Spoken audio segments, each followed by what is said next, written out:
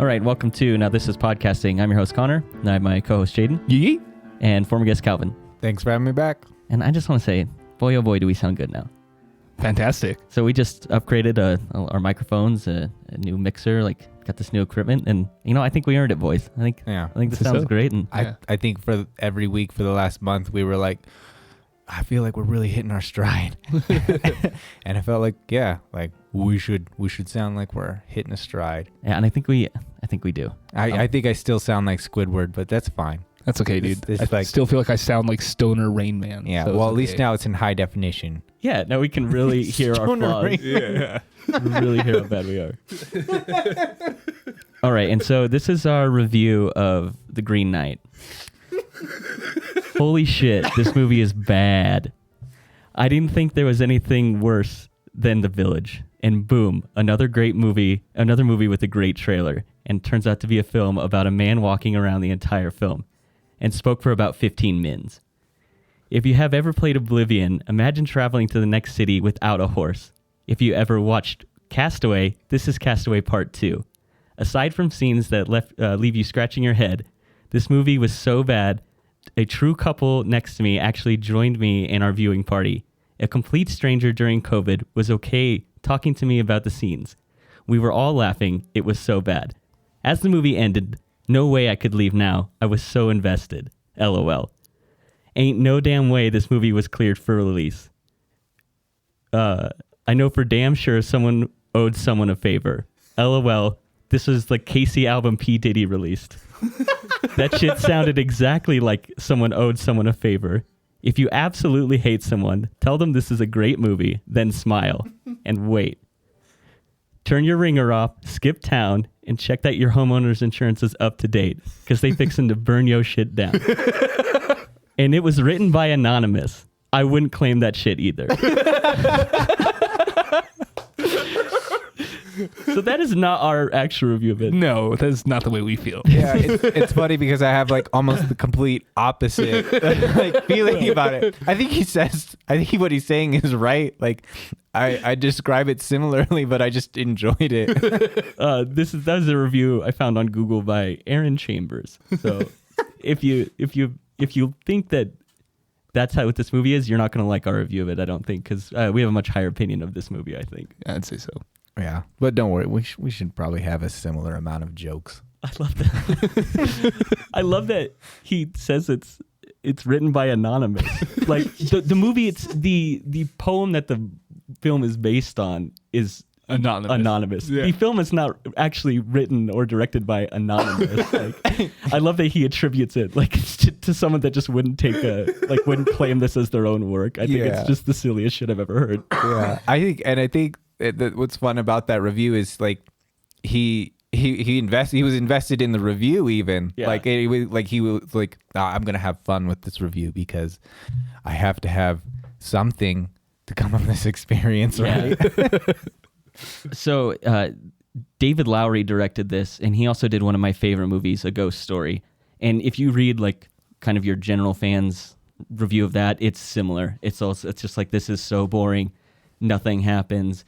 Why did I waste my time on this? I thought I hit pause and left the room and it was on the same scene. Turns out it was just taking so long. It's similar review to this makes no sense to me. It's a head scratcher.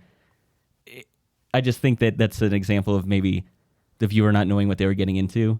Yeah, I feel this is the movie. You can't just go see this movie and expect. You have to expect what you're going to see. You know what I mean? It's artsy. It's film festival movie. This isn't blockbuster. The last movie we went and saw and then reviewed immediately was Black Widow, which is a much different movie than this. Completely different. Completely. I was excited to see this. Yeah. But yeah, and so I like David Lowery, and so I at least like A Ghost Story. He did Pete's Dragon before that, and then he's doing the new Peter Pan movie, which is so crazy to me. He switches between genres. Yeah, he also did a movie called My Mom Smokes Weed. Yeah, right. Yeah, shout out Janet. Yeah. So he's able to move between genres pretty well, I think, because I think this is good, and it's a different kind of movie than A Ghost Story was. It's certainly different than Pete's Dragon. Yeah, it's weird to see that he has both films, A Ghost Story and Green Knight, bookended by Disney remakes. Isn't that odd? Yeah, I was like, wow, he kind of gets to do his own artsy film when he wants to, and then he's like, now I'm going to cash in. I'm going to cash in on this Disney film. So. Yeah, and what's funny is he actually wrote The Green Knight, like thinking that he couldn't. He had another project that he wanted to do, but he was like, okay, what was something that I can write quickly and get greenlit? And he was like, okay, well, I really enjoyed like the Green Knight when I read in college. He's like, and he put air quotes. It's like read, like I skimmed that shit. Like I was in college, and so like. It's really interesting comparing the poem to what he actually made, and I love where he went with all of it. I describe it as like I didn't know it was going to be quite so high-minded. I thought it was going to be more. I mean, even like I don't know. Eventually, we're going to talk about Midsummer. I felt like this was even more high-minded than Midsummer. I think Midsummer was meant to be. Weird and uncomfortable. This felt like it achieved that. Yeah, it did. But this had so much else going on that I know I'm gonna be frustrated in like 2 weeks, being like, oh my gosh, we missed everything. We missed the whole point of the film because there's so many things embedded in it. Right. I agree, and so we're gonna start off with non-spoilers, and then we'll kind of dive into at least what we caught from it. But I for sure think that this is a movie that needs to be revisited to really get it. But I think just right off the bat, like I initially liked it. I mean, it's a story I wasn't familiar with because I went into it. I think Jane and I we didn't read the poem. Yeah, I didn't read the synopsis. I skipped all the trailers. I wanted to go into this completely blind. I mean, I had high expectations because it was done by A24. Mm-hmm.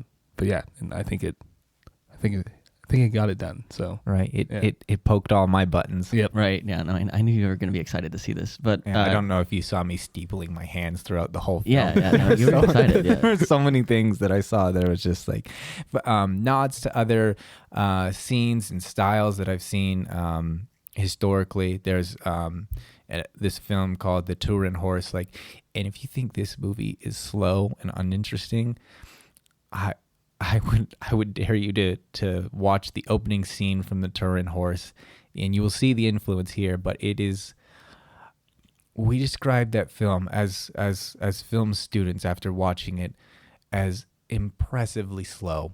Yeah. And one of my classmates, that sounds like a backhanded compliment. Yeah, it was, because she was like, my classmate was telling the teacher, she was like, at one point, I looked to my left and Calvin and Zach were asleep, and I looked to my right and Cody and Mike were also asleep, and I looked everywhere else and nobody else was actually in the theater. So I don't know where the rest of the class was. There were like 90 of us and like 10 of us showed up that morning. It was 9 a.m. We watched. Honestly, one of the slowest films I've ever seen. There's 26 shots. It's over 2 hours long. Wow. The first scene is like a 5-6 minute tracking shot of a horse. And it was like that first minute. It got to that minute mark and we were like, oh no. This is going to be the whole thing, huh? Yeah. And so there's a few tracking shots like that. The first horse shot actually of him coming out of the castle is almost identically placed where the camera was in The Turin Horse. So it was a nice little film nod to weirdos like me. Right. So like my thoughts on it is I would agree it's slow, but it's not uninteresting. I think I would have maybe like it paced a little quicker. But it's certainly not a bad looking film. There's some really good like long like sustained shots that are really good, and they set kind of the mood for what's going on. I think everything's framed really well. Like there's not shots that feel out of place to me ever. And I've mentioned this before that I think if you want to have a film that's like genuinely good looking, you should be able to pause it at any point, and the frame should be like something you'd want to hang out on your wall. And I think this like picture it captures that really well. There's not something that I think looks bad in this. And I don't know if we want to get into it more later, but the wardrobe, all the costumes are amazing in this. Awesome. I didn't pay as much attention to those because those are that part of my filmmaking process was always like secondary to everything else. So I don't pay as much attention to it. So I will defer to you. Well, even just like the wear and tear on his. Yeah, I think part of it was throughout the movie. Part of it because I knew I'm not going to capture all the story elements on one viewing, so I was still looking for other things I liked in it, and the costumes and everything make make it feel like it fits in the period. It all feels really authentic. So I really like that. I think all the performances are really good. I loved the language too. Especially like one of King Arthur's first speeches is I loved the way that, I'm pretty sure that was Sean Harris, right? Sean Harris was I'm pretty sure. Yeah. I have it written Yeah, down. Sean Harris. Yeah, he just has, he played that character so well and so interestingly, and with just the right cadence and poetic quality to his voice. It was really fun to have that intercut with you know, the other scenes that were happening around, because that was with when he was cutting back and forth to Garwin's mother. It was just apparently, I don't have a great grasp of, I think this is Middle English. I mean, it's spelled Gawain, Gawain. I thought they were saying with an R, right? They kept saying Garwin, Yeah. and I honestly think that's Middle English. I think is even more confusing than our English, because Yeah. it looks Scandinavian, but then it doesn't follow any of the normal phonetic patterns that I would expect the letters, or you know, the characters actually to sound like. So I have no clue.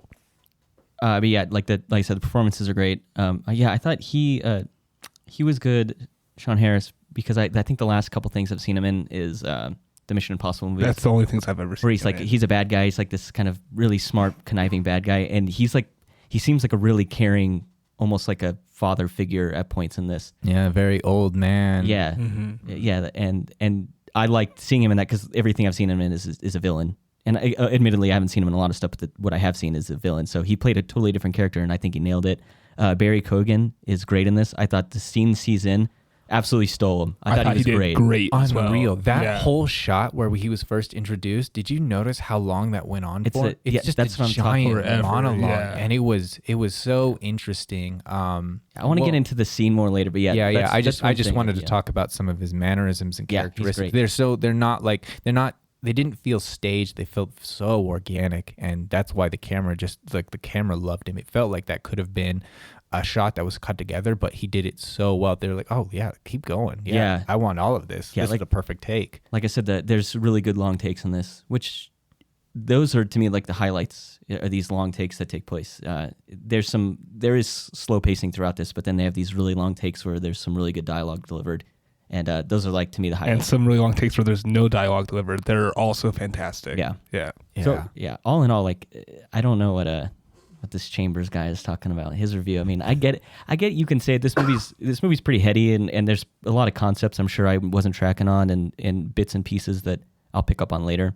But just to watch it as a whole, like, I mean, you can track the story on the surface level enough that it can be interesting to you, and it's just visually, it's great to look at. Visually, it's interesting enough to, capture, I would think, a wide audience at least. Yeah, I think even like the movie poster, when I see that, I'm like, dude, that thing looks sweet. Like, Yeah, it does. Exactly. And I think you need to go into this film not thinking about whether you're going to get a cohesive story, because a lot of people are going to be frustrated with the ending if you're not enamored with the look of the film, the look and the sound, all of these other qualities that are really enjoyable. I think on your first time through are gonna be the point. They're gonna be the things that you really like, because you may or may not understand the ending, because there's gonna be a lot of interpretations, especially like me knowing like how the poem ended. I think it actually ends differently, even though I had like a sense of what I was I had a set of expectations because of it, but ending it, I like, oh wow, this is very different. I have some theories about it, but if it's not quite your Hollywood ending, it's not even like, there are so many weird endings that I can think of that this doesn't really even fit in with. There's a lot of other things that you need to understand what the film is saying in order for it to be satisfying. It almost feels like it has like two endings, and I was like, maybe oh, 3. yeah. Yeah. But it was partway through, I was like, oh, you're kind of losing me, and then it ties it all back in, and the film finishes off really well. Mm-hmm. So yeah, I would recommend you go see this. Just my spoiler-free review. This is a go see. I would say so as well. If you want to spend the time to, and you don't care about watching things blow up, or I don't know, seeing maybe if you want to take a break from that stuff. Yeah, if you Even don't want if to you're see just an action head or just a comedy dude, like this is a movie that's different. Maybe open your palate a little. Yeah, if you want to expand your mind and stop watching like Fast and Furious. Yeah, let's all stop watching those, please. This is the Yeah, please. I don't need more. I figured that would be a one and done, and then it was a trilogy. I'm like, oh my god, what do you mean there's 8? I mean, Tokyo Drift was awesome. that franchise has spawned 2 spin-offs. Because it has Tokyo Drift and Calvin and Hobbes. It has spawned 2 spin-offs. It's not Calvin and Hobbes, but yeah. Oh, it's not. That's right. I didn't even do that on purpose. I just don't care about that franchise so much. Bad. It is bad. It's just because I'm sitting across from you, and that's where you were going with it. It's Hobbs and what? Hobbs and Shaw. Yeah. That's not even close. So wait. So Fast and Furious has as many like chronological films as Star Wars does, and it has spawned almost as many spin-offs as Star Wars has. Fast and Furious is as successful. Yeah, as you're Star right. Wars, Yeah, which is disgusting. I mean, not nearly as much money made, but as far as like products put out, you're correct. That's awful. It is gross, and they're probably gonna do crossover Jurassic Park soon. So a what? Yeah, that's being in the works. Is they're gonna fight dinosaurs with cars? I can't tell if you're being serious. I'm being dead serious. I mean, it's like a rumor that I read on the internet, but it's been going around for like 2 years now. I just hope they like crank up the camp to the highest level. Is it not camp enough? Like they like, but they drive cars across like airplane wings, and they ducked. So I have not seen. I don't know when the last Fast and Furious movie I saw was, or how I paid attention, or I don't care about them. But I do know for a fact that Ludacris and Tyrese fly a car into space in this movie, and they duct tape it together. Yeah, because that's how it would work. Yeah, I buy that. Yeah, all right. Oh my God, let's talk about a good movie. Okay. Yeah, I don't have any more. But this is what are your thoughts on it, Calvin? Is this an easy recommend for you, I assume? Yeah, I would describe it as medieval Arthurian journey art house romp. That's a lot. That's just like wandering through oblivion without a horse from city to city. That's basically what you described. No, walking through the desert with a horse with no name. What you said is much more articulate, and it's actually accurate. Yeah, but the thing is like some people like doing that in Oblivion. Like some people have like hundreds and thousands of hours or like hundreds of hours in Skyrim because they just like the world. They like being in it. Like, and that's sometimes where you need to think of films and art in general. Is it's a state of being. You're not looking just to be fed a story. You're trying to learn something from it, either from the images or from the style itself. I don't think that the story necessarily needs to be there. I think this is a really cool story with a lot of really interesting interpretations and a lot of different medieval elements, including like our modern film influence as well. So that's where I'd put it. Is like sometimes things are okay to be slow and to be taken in and not to have a specific point, but this still does. Like that's why the pacing's not the end of the world for me. Like it is slow, and I can recognize that, but it's not the end of the world. It's like you said. Sometimes people just enjoy being in the world, and this film gives you plenty of time to breathe and be in it, for sure. So the pacing is not. It's not like I'm not critiquing it, and it's not like a bad thing. It is, but I'm just saying it is slow.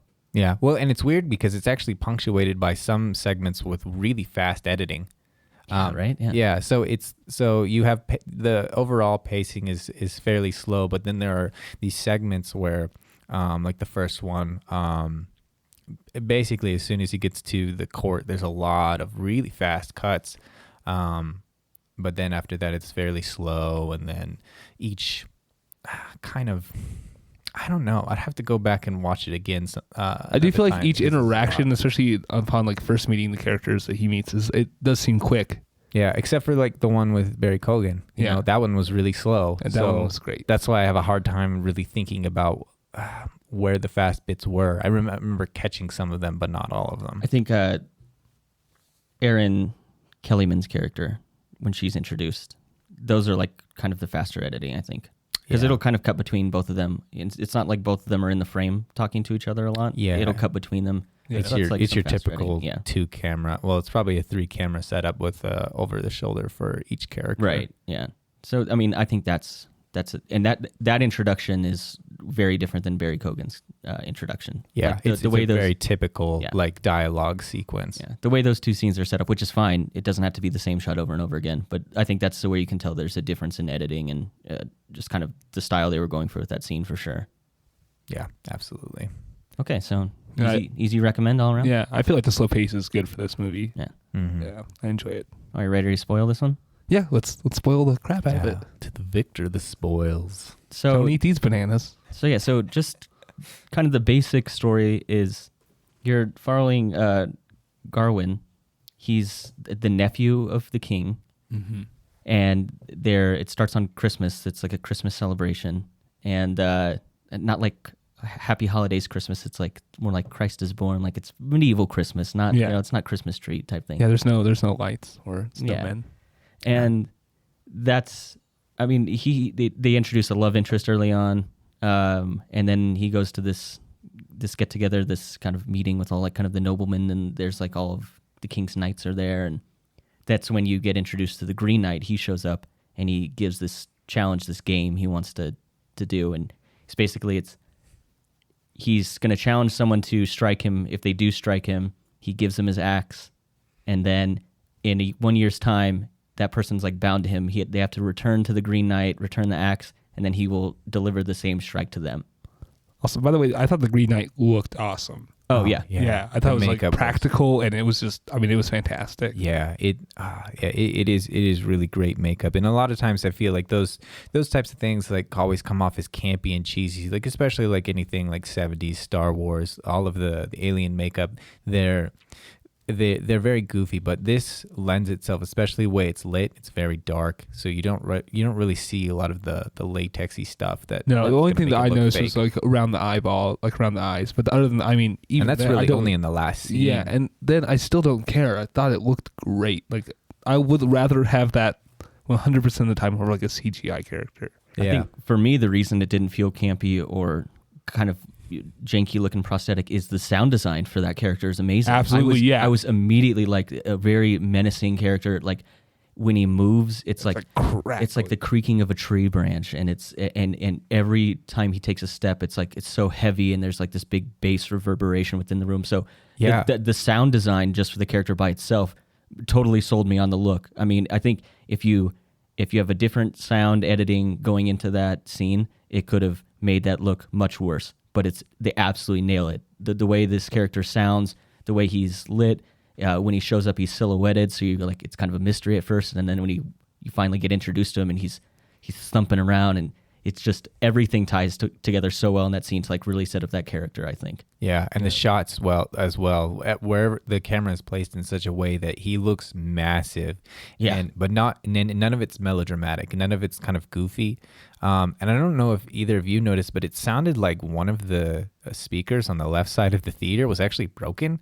There were some like it rattled on a couple really big sounds, and that honestly to me was kind of cool. It was like, oh wow, like this it can't even handle the Green Knight. I did notice stomping. Yeah. There was because there's one part where he gets like very bassy, and I could hear it was too much for the speaker to handle. I think it was just one time at the beginning. That's the only time I noticed. I heard about 3 of them. Okay, well, you were paying attention to costumes. Yeah, dude, I was too busy. I was too busy, like, ooh, stitching. And also that doofus next to you.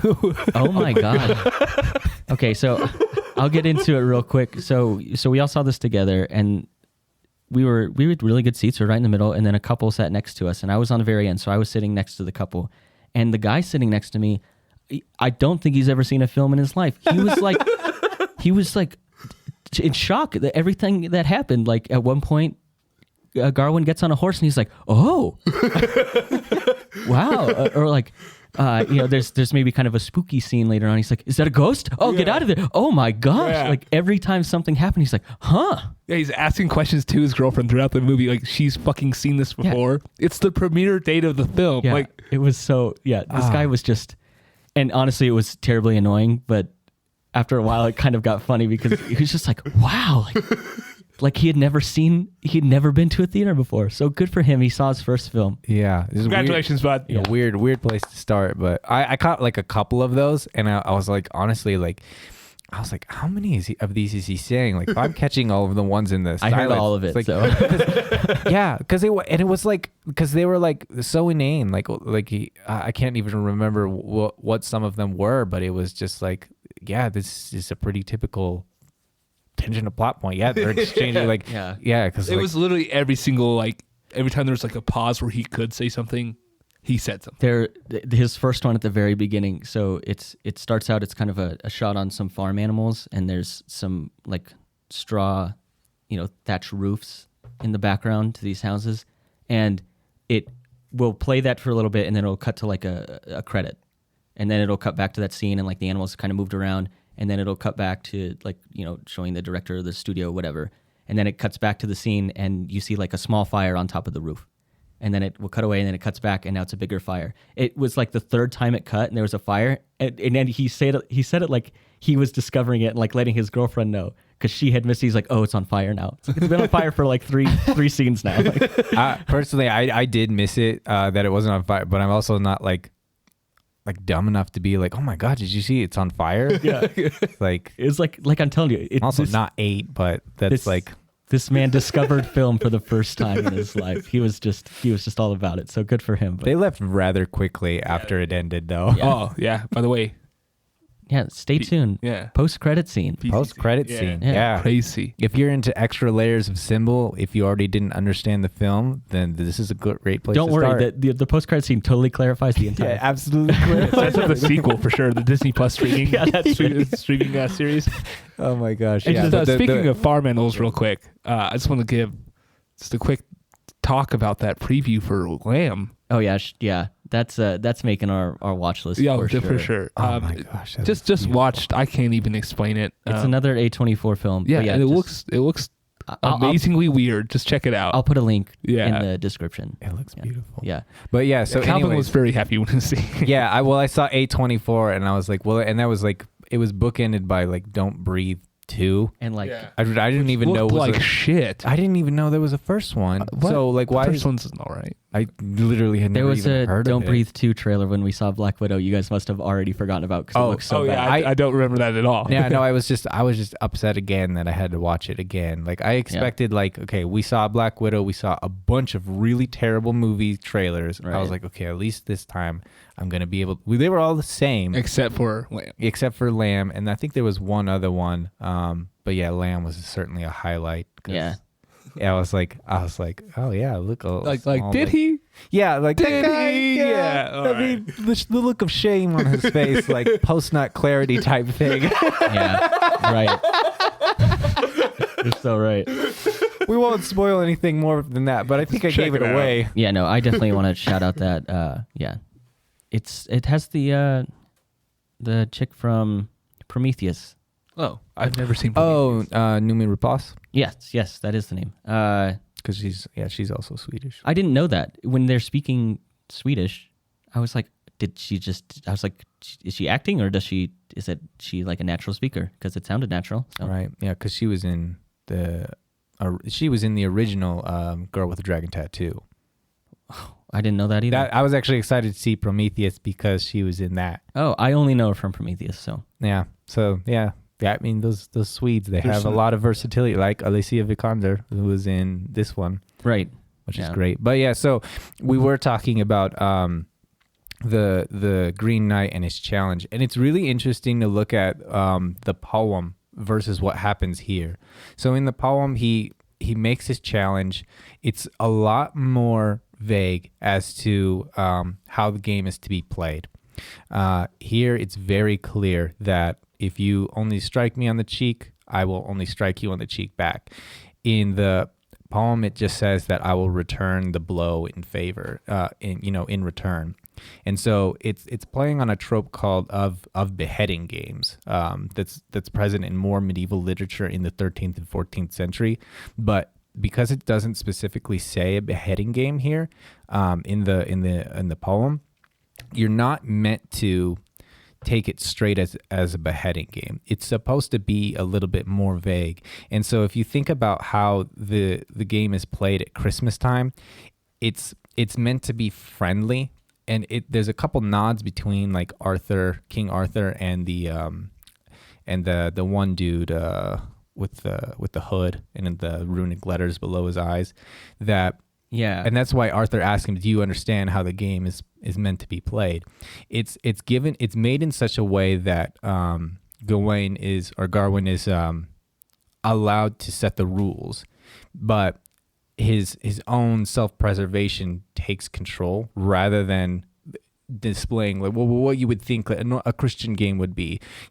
Something that would this would be a reflection of Christ. It would be mercy. It would be something fun and light and an extension of the religion of the time. So the fact that he cuts his head off is actually rather. I was surprised actually that of the way that the characters in the film treated it. It was like it should have been something that was really dishonorable for a knight Well, I think to it's have sort done. He was not a knight way. yet. So it But if he was going to be a knight, Yeah. it would be a dishonorable act by a knight to do that to an opponent who is giving himself to. Yeah, setting that up. Yeah, so the Green Knight kneels down, lays down his axe, and he basically like opens his neck up to be like he's not going to fight back. So Garwin thinks it's going to be like a real fight or something, like because he's all ready and he's like, oh, if you don't make your move, I'll make mine. And so then he says like, oh, let it be known that that this happened on Christmas Day or something. Like he's kind of proud to do it. Yeah, it was very like romanticized in the way the dialogue was written and played out, like very much like like a poem or even like something out of Shakespeare. Very like, this is the thing I am about to do, and it's not meant to be bleak or anything. It's just like, this is like so everyone understands my thought process as well. It's as much performative act as it is absolving himself of blame. So he gets the best of both worlds then in that sense. Like he keeps his honor of being a knight, of chivalric behavior, but he also gains acclaim for doing this task, which is weird because I don't think there's a claim to be gained here if you're reading the intentions of the knight and all of his actions. If you saw that he was giving himself to you, I think the honorable thing of a knight would be to show him mercy. Yeah, so, right. I feel like he's kind of narcissistic in that aspect. And that's why I think after he beheads him, like it's not immediately doesn't like erupt into applause. Like no one's like, oh yeah, he did it. He defeated the Green Knight. Like look at this, our young hero. It's not like that at all. And I think that does a good job of kind of, I think what's set up throughout the movie is this kind of, it's subverting and changing what his expectation of a hero is. It seems like he's put into these situations where he thinks he's doing a heroic thing and he's kind of told that that's not what he's doing. It's like, oh, you're doing this all wrong. And so he has this idea of like what being a brave knight is. And throughout the film, he's finding out like, oh, like that's not what a brave knight would do. Like he's changing his own perspective as it goes. Yeah. And I think the very beginning sets that up because he thinks he's being brave. Absolutely, and like no one backs him up on this beheading he did. It's all like, I think eventually there's some applause, but it's actually everyone kind of applauds. Awkward, yeah. Everybody applauded and cheered, which really surprised me. It just wasn't immediate. It was super awkward, and it was after the knight had left. Yeah, after he picked up his head. Yeah, stuff. Which I mean, honestly, I don't know why they're clapping. Like it's very ominous. Like he still has to finish the game. He just cut the dude's head off when he could have just given him a light tap on the shoulder. Yeah. I felt like it was stupid. Yeah, it was very and so that part didn't really make sense to me because also in the poem, like Gawain is a very honorable knight. Like that's the whole point behind it. There's some interpretations that he actually understands how the game should be played because he's smart and he's already a part of the court. The only reason he takes the game is because the knight is assaulting their idea of reputation. It's this weird recursive thing where he basically criticizes him. I thought this was Arthur's court, and they're such high and noble knights, and none of them will take my game.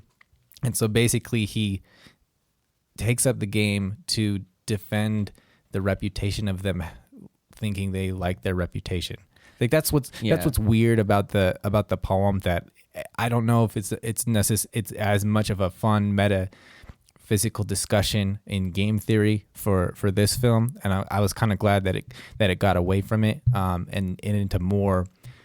There's more real human things here that are easier to understand and more fun to grapple with, and I think there's more to work with, and Lowry uses that to the effect throughout the rest of the film.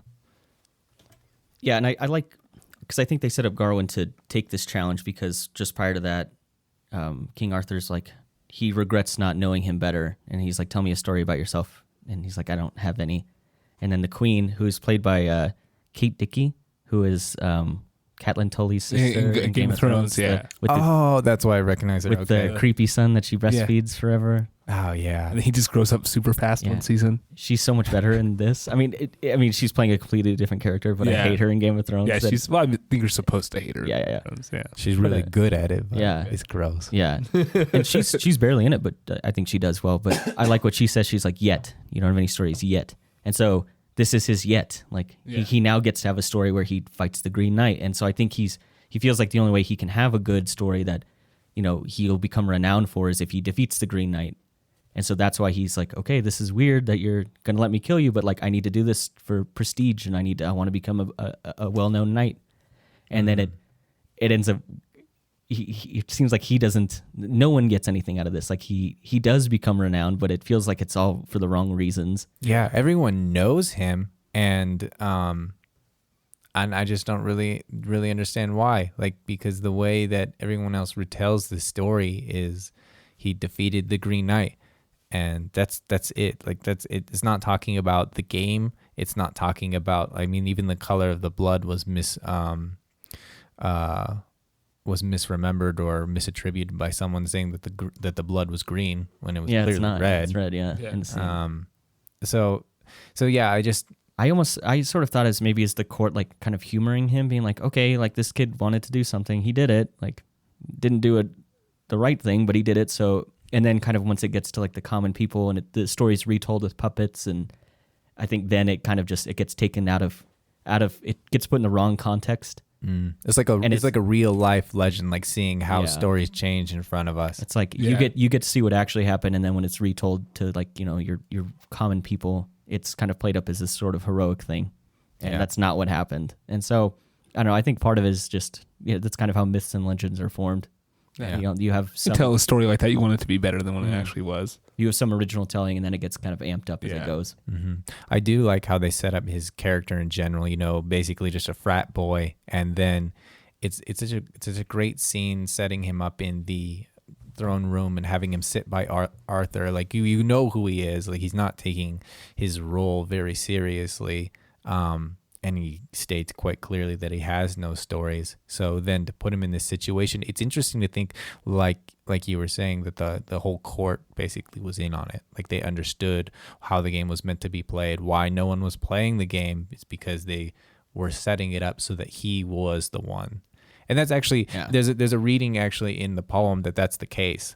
If you think of game theory as being well, it's we can get into more weird, game theory later, because I don't really want to it. talk about it because it's a lot of weird stuff. But basically, in the poem, like the whole goal of how the knight set up the game was specifically to get Gawain, the most knowledgeable and the most prestigious and honorable knight, to get to play, because that was the whole purpose of it. So it's interesting seeing that parallel is here, but in a different way, with a different game and a different set of rules. Yeah, and so the knight going after him is everyone else pushing him towards the knight. Yeah, exactly. It's neat. Yeah, so it's not. It's meant. It seems like it's meant to be in such a way that he's like honorable or like I'll take up the challenge, but really the whole thing was contrived to put him in that position. Well, and even King Arthur like tells him, he's like, you do get this, right? He's like because he really wants to, because I think what King Arthur is afraid of is that he's gonna kill the Green Knight. Or he's gonna try to kill the Green Knight, and he's like, you get it, right? Like, tell me right now that you understand what's happening. Don't be stupid here. And the kid's like, and he like gets the sword, he like hops over the table, he's like trying to be dramatic hero, and then and that's not the context of this situation at all. I think completely misreads it. Yeah, and I think he took up on the line where it said, I will allow one of you to try and land a blow against me. And he took that as a challenge to a duel. He didn't realize that wasn't the point of the game. Right. So the Green Knight picks up his head, rides off, and basically that in a year, he's gonna get his comeuppance. He gets to go back and meet the other half of this challenge. So I actually like that it doesn't linger on this whole year. No, it just goes right by it. Through it. Like you see, like I said, you see the retelling of it with the puppets, and they had this cool, like, kind of, it's like a disc with like the different seasons painted on it, and they click it around to show like a year has passed during the puppet show. It's just a cool bit of imagery, I think it's a good way to let's keep the story going, because a lot of this is slower, and so like let's get to the actual journey, like his quest to become a hero, instead of the year he spends basically being drunk, basically dreading this next event he has to go to. Right, because they did mention that year about one of the guys that came up to him at the end. Oh, you're Garwin. I always see you here leaving, barely able to stand because you're drinking so much. Yeah. And that was, but I do like the one style choice that they went with, where all of the title screens, all of the words, and how it was like a too quick a year, or something like that. And it's a really fun, obviously it helps keep the narrative together, but it's also a fun callback to films, silent films in like the 1910s and 1920s. They would use rather than actual dialogue, they would put up dialogue or title screens like in between the actual film scenes. And so to put those on the frame and kind of have them move and interact with the film, it felt very old-timey film, but also like a play, like that you would have found in the medieval time, like someone like Act 2, I had heard Act 3. described as like a sort of like Monty Python type stuff thrown there. I could see that. Yeah, and that's where it comes from, right? Which is why I enjoyed it. According to the guy next to you, it didn't matter because he couldn't read it. So okay, I saw it. Yeah, he did. He said that very audibly. He's like, I can't even read it. Yeah, this must have been his first book too. So, and I'm not gonna lie, I am fully to admit I'm a slow reader, and the font was very robust. The font was difficult, and it pops up and goes away really quick. So I caught the titles a couple times, but a couple times I was like, what?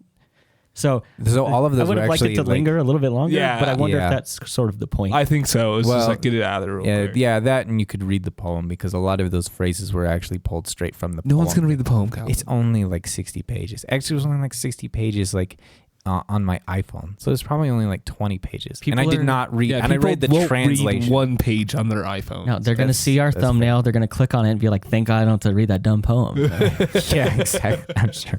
At least now I can watch a movie that'll be way quicker than reading that poem. Yeah, absolutely. So yeah, I did think it was a neat element that they threw in, because then it does set up like, okay, this is like, we're changing the beat now. Like, so it's the year too quick. And then it goes into, I can't remember, it says something about like the journey begins or something about the journey. Yeah, the journey outward. I wrote it somewhere. That was the voyage to the green. Yeah, the voyage out. Okay. Yeah. Something like that. Yeah, I think I wrote it on top of another sentence. And trying to take notes in a dark theater, man. Crazy. It worked better than last time. What, with the 2 lines you wrote for Black Widow? Yeah. my sentence of kanji. Yeah. So I like that when his journey begins, that's one of my favorite really long takes in the whole film. So it starts, he's leaving the city. He's being kind of chased by little kids, kind of sending him off, and they keep trying to get his attention, and he just keeps riding. And then there's a shepherd that moves some goats or sheep by him, and the camera just stays on him. Kids are chasing him too. Yeah. That's right. And the camera, eventually, like the kids stop, and the sheep go, out of frame, and the camera just stays on him for a really long time. And I think it sets up like, okay, this character is really on his own now, and it doesn't take any dialogue. It doesn't take a fancy speech or a big send off from his family, or it's just this scene of him riding off by himself, and you really know he's by himself because you can see how far away he's getting, because this scene is really long. Yeah, I do like how his mother basically was an archetype throughout the whole film. Like, she didn't really talk. There wasn't and there's not a lot of melodrama out of it. You just focus on his relationship with him and Essel, who's Alicia Vikander, in this, and it's not. And I think it works to its effect. But that shot is the one I'm referring to. It's the Turin horse one. And so right when the camera gets up to the horse's face and cuts, that's the moment where when we were in school, it kept going for another 4 minutes, and it was that moment where it started backing up, and we're like, no. Yeah. Well, right before he leaves, he is talking to Essel, and this is one thing that I noticed that really made me realize how like narcissistic he was, because he was like, this is what a brave knight would do or whatever. He's trying to be that person, even though he probably isn't that person. It's who he thinks he should be, and he's like, I have to be this good of a person, 'cause like that's just who he feels he is. Yeah, well, he has to be great. Yes, and he does. And she was like, well, what's good? What's wrong with goodness? Yeah, I do like. So I guess before he does go on his journey, he has that conversation with Essel, and there's a good bit of humor in there where she's like, well, like, what would you think of if I was like your lady, like, you know? Yeah. And I had your ear. He just doesn't say shit. And she grabs his face and like moves his mouth first. She's like, I would love that. I would love for you to be my lady. That part was good. And then I think right before that is when he's stumbling around drunk and King Arthur's at his house, and King Arthur's basically trying to get him to be like, hey, you need to go follow through with this. You made your bed. It's time to lie in it. And it's kind of this, like I said, it's a good kind of like that old man archetype. It's this cool like fatherly scene where he's kind of trying to reassure him, and he's like, I don't think I'm destined for greatness. And he's like, well, how do you know you're not? And you got to go and try. And he has a good bit of humor too.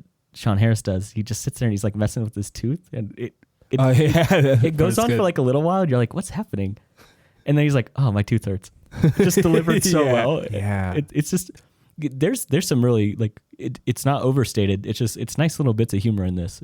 Yeah. And it's nice little really bits of things that might mean other things, but they feel so, again, I hate to say it again, but organic. You know, they seem to spring out of the character rather than being contrived by the director or the plot. Yeah. Or like they're not there specifically to carry the story as much as they are just a facet of the person. Yeah. I don't know if humanize. It just it makes their character. Yeah, I agree. It humanizes and makes their characters more robust with just a small little line. Mm-hmm. It doesn't seem like something that like, okay, let's do 7 takes of this. It's just like something that happened, and they're like, oh, you know what, that works so well with this character. Like even like when she does move his mouth up and down, like she could have just said it. It would have been not funny. It's just like, I mean, it's hilarious. Yeah. It's something that somebody would do, and it was very natural and good. It was fitted there. Yeah, there's a couple at the end. The Green Knight even has his own little. There's some funny bits he has. It's sprinkled throughout this, and I think it works really well. Yeah, yeah, and it's also just like it enhances the weirdness. You know, it does. Yeah, which is good. This movie is supposed to be weird. Yeah, and I love that it plays to that. But then right after that, we get to Barry Keoghan, right? I'm pretty sure. Right, yeah. So you get the long shot of him on the horse, and then he meets the scavenger. Yeah, he arrives on a kind of the remains of a battlefield. You know, you got bodies everywhere, arrows. He rides past guys just full of arrows. And I think you see the fox just before that in the woods. Yeah, the fox is what leads him to the guy. Right. That has arrows in them, yeah. And so he's looking at the fox and then boom, dead dude. Right. And so then, so he's on the battlefield, and that's when you see the scavenger, Barry Keoghan. And at first he seems like a really goofy kid. And he's like, oh, my brothers were out here and I'm looking for them. And I wasn't even sure if he was supposed to be playing an adult. At first, yeah. Yeah. And that's part of like why I think when he's on screen, he steals it. Cause and it's this really great, just like long tracking shot. Like we said, it's just this continuous take where the camera's just following Garwin on his horse, and the scavenger's like kind of just walking around. He's taking like weird big steps sometimes, and like kind of dodging like stuff, and he's throwing arrows around and jumping around in the mud. And and like he had like they didn't look like he ended up with an arrow, but before that he had like 2 like they almost look like what is it, timpans? They're like a little drum thing at the end of at the end of a stick, and like he would just throw them randomly, and he just jumped through the mud and talking about how the earth would swallow them whole. I can't. He said he had 2 brothers there, and that eventually Mother Nature would take her course and like absorb the bodies or whatever. Because they were wondering why no one buried them. He said that everybody had died. Yeah, and there was like the way he said it was really interesting, and way I hadn't heard it before. He just like suck them up. Yeah, the earth, and that obviously ties into a lot of the other pagan and nature themes throughout the film, but still playing within the character that you don't even need to see that for that scene to work, because it's so much fun just seeing him doing whatever the hell he's doing. Yeah, he's a great actor. I think he's in that Killing of a Sacred Deer, which I like. That's another super weird movie. Oh yeah, because that's the same guy. That's Jorgen Lanthimos. He did The Lobster and Dogtooth. Oh man, if you wanted to see like a really really weird movie, but based in like in reality, because it's based in like present day Greece, I think, and it's from 2009. Yeah. That's the trip. And then he did American Animals, which is something we'll probably pop up on. You'll hear about it on this podcast. That's another good movie he's in. I wish he was in more stuff. He's great. Yeah. And like I said, he's good. Like Dev Patel is not bad in this movie by any means, but when he's sharing the screen with Barry Keoghan, it's like he's the only thing I care about. Yeah. I was like, he's great. And so then Garwin, he's asking if he knows where the Green Knight is. What is he called? Is it the Green Chapel? Yeah. And he tells him, "Oh, it's like up. Follow the stream, and you'll just follow it up, and you'll find it." And as soon as he leaves the screen, he's like, "It's like weird or something." What does he say? Well, no, he first asks. He's like, "Was my oh yeah, not my advice. Was my information not worth anything to you?" And he says it's worth a thank you. He's like, "My thanks," and then he like yells it, and his character changes. It's like this really abrupt, and then he yells it again. He's like, was it not worth anything to you? And that's when Garwin then like tosses him a coin. And then when Garwin leaves the screen, that's what you're talking about. It then zooms in on Barry Keoghan, and he's like, be careful of the stream. It can be treacherous. Yep. And he like messes with his necklace on his neck. He's got like this choker thing super tight around his neck. Yeah. But it's just like, that's a cool little character moment, which I assume is just got to be something that actors are good and they know what they're doing, and he's good. Yeah. And so it just seems like maybe just a little thing that he's like, yeah, maybe he'd scheme and he'd like he'd fiddle with something. And it's another thing that seems so natural in this movie. Just like, oh yeah, and it fit his character. Because later on you find out he wasn't leading him to the Green Chapel. It was like a scheme. They're like, he's got the scavenger has the other like robbers working with him. Yeah. And it's that whole scene too was prefaced by a title screen called "An Act of Kindness," and I like to think of a lot of these things as being trials for Garwin, and that's one of what it was. Like exactly, he basically just gave him a pittance, like whatever the lowest value coin was. Yeah, like because you didn't really offer me anything, and it's again, he's not that honorable of a knight. He's not that nice of a character. He's kind of a douche. Yeah, he's really full of himself, and he fails that test as well. Yeah, and I think I agree. That's like the first test, which is what I think is this movie is really about. Is he thinks he knows what being a hero is. He thinks he knows what being a knight is, but he continues to do the wrong thing in all these kind of trials he's put through, and that's his first one. Mm-hmm. And so then, well, I'd actually say it's the second one because the first one was the actual for sure. Okay, Green Knight. Okay, yeah, that makes sense. Yeah, he still has not shredded any of his arrogance at this point. Yeah, even after a year. Yep. So then he ends up getting held up and robbed by the scavenger again. He's got a little crew with him, and I love he has the coin. He's like, just wasn't enough, not quite enough. Yeah. And it's this delivery on every line. It's really good, and it's cool to see. You see him as this like kind of joyful, playful kid, and then it's just like this switch to the completely different character. Yeah, very trickster like qualities. Oh, for sure. Yeah, and it's absolutely. But like his own personal take on it. And how he's like stroking him and put his head against his, and because he's like, because he says like you're a knight, and then Garwin's like, oh, I'm not a knight. I never said that, and he feels his hair and he puts up his nose to it. Yeah, he smell like one. Yeah, it's like he can tell he's some kind of nobility. It's like because he's clean and he doesn't reek or anything like that. So it's like he's not at night, but he still could have given more coin. Yeah, and like that's the kind of crux of the issue. Is that if he had just been more generous, none of this would have happened to him. Which a real hero would have been generous. Yeah. He would have committed the act of kindness. So just naturally, instead of being kind of forced to give the lowest denomination he had. So one thing I've just really, really enjoyed about like a little bit later in the scene is that when he's tied up and he's going to go free himself, when he crawls over to the sword and he starts cutting his rope that's tied around his wrists. Mm-hmm. He cuts himself, which I love because every time I see this in the fucking movie, I'm like, how do you not cut yourself? Yeah. And like, it's not like it doesn't play out any later in the movie or anything like that. It's not like you. Doesn't he show the cut to King Arthur? Be like, maybe I missed. Maybe I thought I saw something, but I thought the camera cuts to his hand to be like, this is the cut he got in that he received. Yeah. I might just be missing that. I might have missed what you're saying, and that's fine. I just I would expect him lose a finger or something like that, be more dramatic. But it was just a little cut, and I was like, thank God that finally happened in the movie. It's like when I see people reload a gun in a movie, it's like, thank you. That just makes it better. Just one small thing to just make it more accurate. It doesn't change the plot at all. Right. But it's just my suspension of disbelief extends only as far as 2 mag clips. Yeah.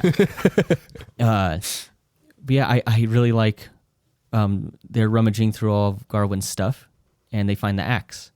And the scavenger's he picks it up and he's swinging it around. Again, he's kind of being weird, playful kid. But then he's like, I'll go finish your quest for you. And at that point, I was like, oh, God, I hope the movie is just about him now. I was like, I want to see him go try and confront the Green Knight. There was a part of me that thought that as well, Yeah. There's actually, and that was actually something that the studio talked about, when they read the script, you've written a really unlikable character. It needs to be played by someone that's charismatic enough that you can at least have something that you can connect with. And that was the reason that Dev Patel ended up getting cast by it. But I agree. I think Slumdog. Yeah. I mean, yeah, exactly. That's a good movie, dude. That's a great movie. Is that what he's in? Yeah, he's Slumdog. Yeah. I didn't realize that was him. I'd love to revisit that sometime. Yeah, I really love that movie. Maybe it won't be terrible. That was pre-film wokeness for me, so I don't know if it's any good actually. But I enjoyed it. High school. I really liked the movie. It's 2008 is when it came out. I'm pretty sure. I've never seen it, so I would be totally willing to watch it. Oh man, yeah. I mean, we'll get to it eventually. I just didn't realize that was him. I think he voices Chappie, or he's in Chappie at least. I think he plays that movie was terrible. Yeah, it's really bad. Yeah, I'm sure. So he's a very likable, a really good actor. But yeah, I'd agree. That there is something. I wonder if this film would be more enjoyable if. I mean, it would be more enjoyable if Garwin was a more enjoyable character. I just don't think it would say what the film really wants to say, what Lowry really said. Yeah, the film is about him being garbage and then being less garbage at the end of the movie. Yeah, because I think the tone and kind of the story of the film is a subversion of what we think a hero is. You think you're going to get this hero's journey, and it's not that. And so you don't want to have a character that starts out as this charismatic hero. You want to have one that sucks and then becomes a hero, becomes courageous later. So if he starts out already with having these hero qualities, and then he goes through a story where he's doing the right thing the whole time, I think it's less interesting. So actually, I like that he's not great. Yeah, no, I think I love it. It would not fit with the tone of the film at all if he was a good hero and then he was going around doing kind of failing these hero trials. Yeah. Also, I'm pretty freaking bored of that kind of narrative in movies of just here's the good guy and he's good and you like him. Yeah. I love it that here's the protagonist and he kind of sucks and you're not going to be the biggest fan of him. But it's that superhero saturation right now. Yeah. Which again, I love seeing those movies, but it is nice to see something take a breath and get away from that for a little bit, which this movie was it's taking a breath away from your big box office kind of hero archetype that shows up in every movie. Yeah. Mm-hmm. I almost wish this was more that this worked for a wider audience with that type of thing in place. I want us to bring in not necessarily anti-heroes, because we have an oversaturation with anti-heroes too, but someone that isn't that goes through a real human journey of not being very good but making good decisions that ultimately show you full growth of a real human. That type of thing I would like to see more in mass media that we don't get. But obviously, I wouldn't change anything about this because it's so weird and so wonderful for it. Yeah. I do think that this is not going to work for the wider audience, because I agree with the Aaron Chambers review we read earlier. The trailer, and I only watched I think it's a 15-20 second trailer that just pops up as an ad on YouTube. I didn't search the full trailer or anything like that, but just from seeing that, I was like, oh hell yeah, let's go watch this. This looks great. But it does kind of set it up to, I think, it seems like it's going to have more action in it. Mm-hmm. There really isn't much to it. This is really just it's just following a character. It's not a single fight. No, there's not. I mean, if you count the beheading at the beginning, that's your big action scene. I enjoyed them not having a fight thing. I think the A24 does a good job of making their trailers look very different than what their movies are. Like Midsummer trailers, like I remember watching that. That I don't think that the trailers were anything like what the movie is. Well, and see, that's, I think, to me, the Midsummer did play out exactly how I thought it was going to. Even without there's some quality of them that strikes me as what I'm seeing, like within their trailer. Like, yeah, I see that this is meant to be interesting for a wide audience, but there's ways that they've framed it and things that they've included that even though it's not going to be something that you readily notice, it's something that sharper or like higher-minded directors will put in as shot selections. And those things I see in these trailers, and those, like, they prepare me for this. But I think the other thing too is now at this point, The Witch came out in 2014. That was like the big break for A24. So if you see A24 and think that you're gonna get some big actions at this point, I don't think you're paying attention to anything. The guy next to me wasn't paying attention because I think he probably left the movie thinking it was going to be totally different. Yeah, I don't think he was already shocked by what he was seeing. Yeah, so I saw the trailer. His favorite movie before this was probably, I don't know, Don't Fast Breathe and Furious 1. 9.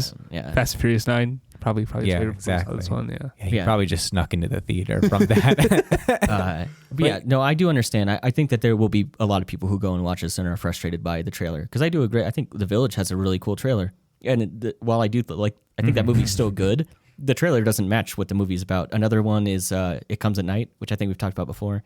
It has a great trailer. It looks like this really great suspense, like horror thriller, and it kind of is that, but it's not.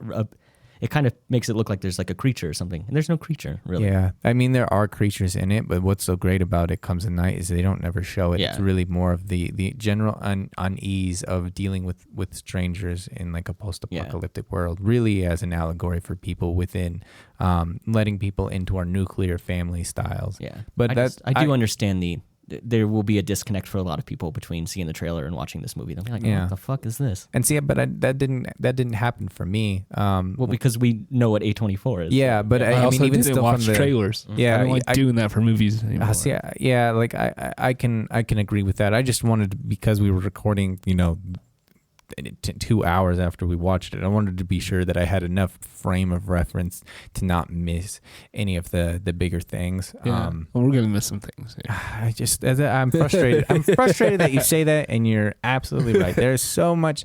We'll get into more of the larger themes later, but and so after that, I think is when he meets Lady Winifred, right? Oh, okay. Just before that, before he cuts his bonds, I don't. Oh, this scene is crazy. I want to know if you guys have any interpretation on this, because I have no idea what it means. So When the camera spins around, there's actually, we'll get to that because there's another one later on. Okay, I just want to describe. Yeah. So the camera starts on Garwin and he's tied up, and then the camera starts moving to the left, and it does a full 360, and then it lands back on Garwin, but he's a skeleton in the same clothes, same bound. He's still bound, and then the camera then spins back around 360, and he's not bound anymore, and it's kind of. No, he's still bound, but he's not. Oh, dead. sorry. I meant you're yeah. back to. Sorry, I meant you're back to him alive and he's bound, and it's almost like whatever. It's like it reset to him being alive now. Yeah, and that's almost when he like crawls a fast over. forward. That's when he crawls over and cuts the sword. So yeah, I just wanted to describe that scene, and then we'll go into it more. It's wonderfully shot. Because I know there's another. The skeleton's almost pretty. Yeah, it's a very unusual. I can't think of too many other times ever I've seen a film shot like that. I've seen other like more experimental films do stuff like that, but not something in a narrative film. That was, I think, one of the first shots that to me signaled, okay, this is more than just a narrative, like, and it's not just about the journey, whereas like the long tracking shot with him at the horse, that's like, that's about the journey. The moment where the camera started spinning was like, we're getting into the weird realm, we're getting into the symbolic and the representative, and I was like, oh yes, please give me more. Yeah, no, I mean, I don't know if he was missing a lot of his teeth. The skeleton was. I don't know why I noticed that. Probably just like King Arthur. Like, snap. Yeah. I actually have no. That's not the point I want to make later. Just so you know, Okay. I just realized I was like, oh yeah. I'm trying to come up with some kind of tooth theory now. I think. Well, I do think I have one now. Well, but we'll save that. Okay, so we'll tackle that scene later. So the next scene you were talking about this with Aaron Kellyman's character, right? Yeah, Winifred. Yeah. So he stumbles. So he gets free and he stumbles into this house and he's trying to figure out if anyone's there. There's like food on the table, but it's like crumbles to dust when he grabs it, which is cool. Yeah, it looked like it was literally like the entire structure of it was just mold. He was gonna eat it. Yeah, and then it crumbles. He's like, fuck, I can't do it. Yeah. At that point, it's like, he's been beat up and he's just trying to get any kind of relief he can, and he can't even eat the food there. And he finds a bed upstairs, and it seems like he's reluctant at first because he's trying to figure out if anyone lives there, and then eventually he just like. Well, he said he's like, hello, anyone here and stuff. Like he's checking around. Just think eventually he's weary and tired, and it overtakes him, and he falls asleep in the bed, and that's when Winifred pops up and she's like, "What are you doing in my bed?" Yeah. Which is a creepy. It's creepy because she's so like nonchalant about it. Yeah. She's like, what's up, dude? This should be to me. It's like oh my god, stranger in my bed, like screaming, yelling. Yeah. It turns into some kind of fight, some kind of scrap. But no, she's just like, what are you doing in my bed? And then when he gets up, he like apologizes, like profusely. He's like, I thought no one was here. I was just looking for like a place to lay my head. He's gonna leave, and he's trying to be like really genuinely nice, and he's very apologetic. And I think that's what like sets up the scene to be like so creepy. Is like it's just so odd. It is very, very odd because of just their interaction. She's like, "No, you're good. It's fine." It's like, what? Like it's not what I was expecting. And this is my favorite interaction with the guy next to me. This is great. She floats. Yeah, it's like she's on like she's. Oh, this was the first one. This was the one that I was thinking of when I heard it. I was like, "What the hell?" Man? Yeah. So she doesn't take any steps forward. She just kind of floats over to oh my god, Carwin. Yeah, Carwin. Yeah. She just floats over to him. He's like, "Oh my god, is that a ghost?" And he goes like, "Get out of there. That's a ghost." Which he wasn't wrong. She ends up being like a spirit. Yeah, I mean, by the fact that she floated across the ground, I was like, yeah, she's a fucking ghost, dude. Like, but that's what got him. Yeah. Oh my god, what's a ghost? He was like I mean, it's like, and it's almost like he thought he was like informing the rest of us. Yeah. Like, are you seeing this shit? Like, there's a ghost on screen right now. Like, he was like talking through the trailers and stuff, and I was like, okay, hopefully this guy will understand like when the movie starts. I mean, that's fine. That's fair. Like, you can talk through trailers because that's the whole point. Like, you're talking. That's the cinema. We're discussing. We asked right away. Like, doesn't yeah. It was like, it was so quiet when you said that. Doesn't Dane Cook do a bit on that? Where he's like, somehow like everyone becomes a film critic in the little quiet space between trailers. Like everyone leans over, they're like, that looks like shit. Or you're like, I'm never fucking seeing that movie. Like, it is funny. But that guy wasn't whispering. He was just he was very just saying everything out loud. But so she needs his help. This is like another one of his trials. She says like she's lost her head. She had someone come into her house and she's gonna take advantage of her, and she fights back, and this guy ends up lobbing her head off, throws it in the spring outside of her house, and she's like, no matter how much I reach for it, I can never find it. And so he is gonna dive in and find it, but this is another part of him failing. He's like, what will you give me in return for retrieving your head? Like, why does that matter? I love that. She's like, why would you say that to me? Yeah, like, that line was great. Like, yeah, it was she awesome. repeats it, which like really emphasize like, why would you say that to me? Why would you say that to me? Like, clearly this is just something you do out of the kindness of your heart. Yeah. Like, you just do this because if you want to be an honorable knight, you just do it. Yep. Yeah, actually, everything in that whole scene, like, why are you in my bed? Don't touch me. A knight should know better than that. Yeah.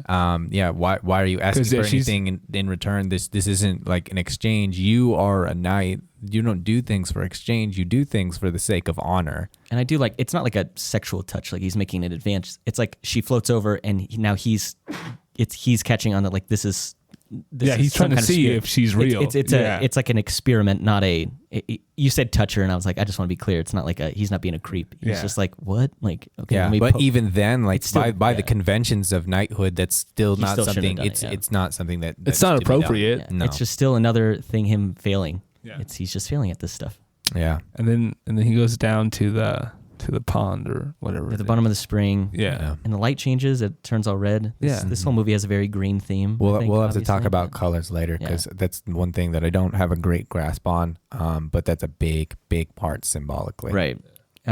So he finds the head and brings it back up to the bed. The scene is long as well. He is underwater for a very long time. Yeah. You have the galaxy overlay. Yeah. I love that. Interstellar's coming out pretty soon. Yeah. Be stoked about that because we have a lot to talk about there. For sure. That's my favorite. That's my favorite pick to add to our list of favorites. But yeah, I'm describing these scenes and I'm breezing through them. These are not scenes that are breezed through. No, they're very long, stretched almost. These shots linger for a long time, but it's not like overwhelming or boring in the sense. It makes me more interested in what's going on because they are stretched, and it's not every scene. It's just the certain ones that I think they do it at the right time in this film. And they're all stretched in different ways. There's like a different focus on whether, like for the first one where the big one where he's leaving the castle, it's about the journey, it's about the horse, like loneliness, that type of thing. With the scavenger one, you're introduced to this character and this battlefield. Like that's the point. You're setting the scene as well as the tension between the two characters, and then the big long whole thing with him and Winifred is it's contemplating, or it's kind of focusing on how he's approaching knighthood and what the film thinks knighthood is at the same time. Yeah. So he returns the head because he sees so now there's a skeleton of Winifred in the bed and it's missing a head. And did he fucking lay on the skeleton when he laid in the bed? No, it wasn't. It wasn't there. It wasn't there. Yeah, it wasn't there. I mean, I know, like, we didn't see it there. Yeah, my assumption is she's a spirit. She can do whatever she wants. That's fair. Skeletons can appear whenever she wants. Okay, that was. I didn't think there was any kind of weird interpretation on that. I thought he might have been cuddling a skeleton. But I like he puts the head. Right. But I like he puts the head back and she goes, "I can see you now." Yeah. And I don't really know what that means because I thought she could see him before. She couldn't. She said that. She said that she couldn't. She said that it may look like I have a head, but I don't right now, and that I don't actually. And she said that she couldn't see him. Oh, okay. I do like when he drops the skull and then it hits the ground and it turns into a head. Oh yeah, that's a jarring scene. Yeah, it's gross. Mm-hmm. And I do love lots of heads. Yeah, and I don't know if did you guys hear what she said right there? When she hit the ground? No, I don't believe so. I don't think I did. The Green Knight is someone you know. Oh yeah. Okay, yeah. I just need to be reminded. Yeah. So that's something to put in our back pocket. It's Damn. I have a few interpretations on that are going to be different than the original poem. I think the way the poem ended can still be done here, but I think there's a better interpretation for it later on. We don't think the Green Knight is the one who beheaded her. I actually think it's the scavenger. I thought so too. That's how the axe gets back. Got there. Yeah. So it's there's a crossover between the natural and the supernatural there at the spring, and that's why things happen the way they did. I think like why the skeleton's already a skeleton instead of a corpse. Yeah, exactly. And so I think that's the best way of thinking about it, because otherwise, then it gets really really weird how you think that the axe actually got there. No, that makes much more sense to me. Yeah, and like she describes the guy as like creeping on her or whatever and following her and trying to make advances. Yeah, and trying to take. And I feel like that character is the kind of character who would have done that. Whereas the Green Knight, I don't think would have done anything like that. That's why I just thought because the axe shows up and because right before that she says the Green Knight's someone you know. So I wondered if maybe it was trying to put that thought into your head that, oh, maybe the Green Knight was here and did it. So I didn't think it would not see him in the character of Green Knight, even though its character is barely in the movie. Okay, so it just still doesn't seem like something during that point, like I would not have I didn't think about the Green Knight, but I wouldn't have thought that he wouldn't have done that because I didn't know the character well enough. Yeah. He also doesn't seem to me. He doesn't seem malevolent. And I don't know. I don't know. But at this point in the film, like I didn't know that. So I'm saying. Even from like his from the beginning, just from his first scene, I never saw him as like a malevolent character, despite how everyone had this awe and reverence and fear of God type thing of him. I don't think the way he set up the game, I think, is meant to show that he's not an evil spirit. He's not malicious in any way. But it's strange and new, that type of thing. And strange and new things need to be attacked. Yeah, I did think it was interesting how they set his character up, and because you're not really given any background on it. It's just the way all the other characters, like the Knight and King Arthur, the way they're all reacting is kind of what sets up his character. There's no there's no like flashback scene to be like, this is what the Green Knight's all about. There's no like, I don't know. He doesn't have like a big bit of dialogue or an exposition dump to explain like what he is or why he's there. It just, he shows up and you get a feel for what he's about just by the characters like interacting with him or like their interaction to him arriving. Yeah, which I think is like a cool subtle way to set up your character. Yeah. Again, this movie is clever in a way that it doesn't like beat you over the head with what's going on. It's like you got to pay attention and kind of soak up the scene to figure out what's going on. And you have to pay attention because they're long, and you might miss stuff. And if you're just like, oh, let this be over, you're gonna miss everything that this movie's about. Yeah, and I love like what you say by that, like it being too clever. It knows that it's clever, but it's not boastful about it. You know what I mean? Mm-hmm. Like there are some films that think, oh yeah, we're so clever that we're just gonna make things confusing, or we're so clever even though the thing that they've done is rather obvious, but right. in a way that you wouldn't expect type thing. Like there's another film we'll talk about that I do think is that it thinks it's more clever than it actually is. So I think, and what's nice too is not only does it know it's clever, it gives you plenty of things to look at and see to still enjoy. So whether or not you partake even in its cleverness, there's a lot of other things that you're still going to be like, wow, that was fun. I enjoyed that. Whether or not I got it. Yeah. So we move next to, this is where Joel Edgerton, no. This is where they meet up. He meets up with the fox. Yeah, now he's got his familiar. Yeah. Well, this is where he goes into the cave, right? And the fox joins him in there. Yeah, which I love. I love that shot of him in the cave because Arthur referred to him as being cleft from his sister's womb, and there's a nice little shot of him basically looking like he's in a womb because everything is dark around, and he's and obviously shots like that we've seen before because we've mentioned birth when we were doing Under the Skin, and a very similar shot set up there. So I like that they actually did refer to wombs earlier in the film, so that this is very clearly that type of thing. Like this is where the character is supposed to start growing from here. Yeah. Because now here's the fox as a guide. And I think you see him grow just in that scene alone because the fox shows up and he throws a rock at it, wants to scare it off. Fox comes back and he's like, well, come on in if you're going to be here. Yeah. So it's like, it's just even in that little bit, he's already gone from one interaction and kind of now I don't want to say turned a new leaf immediately, but now he's starting to like come around.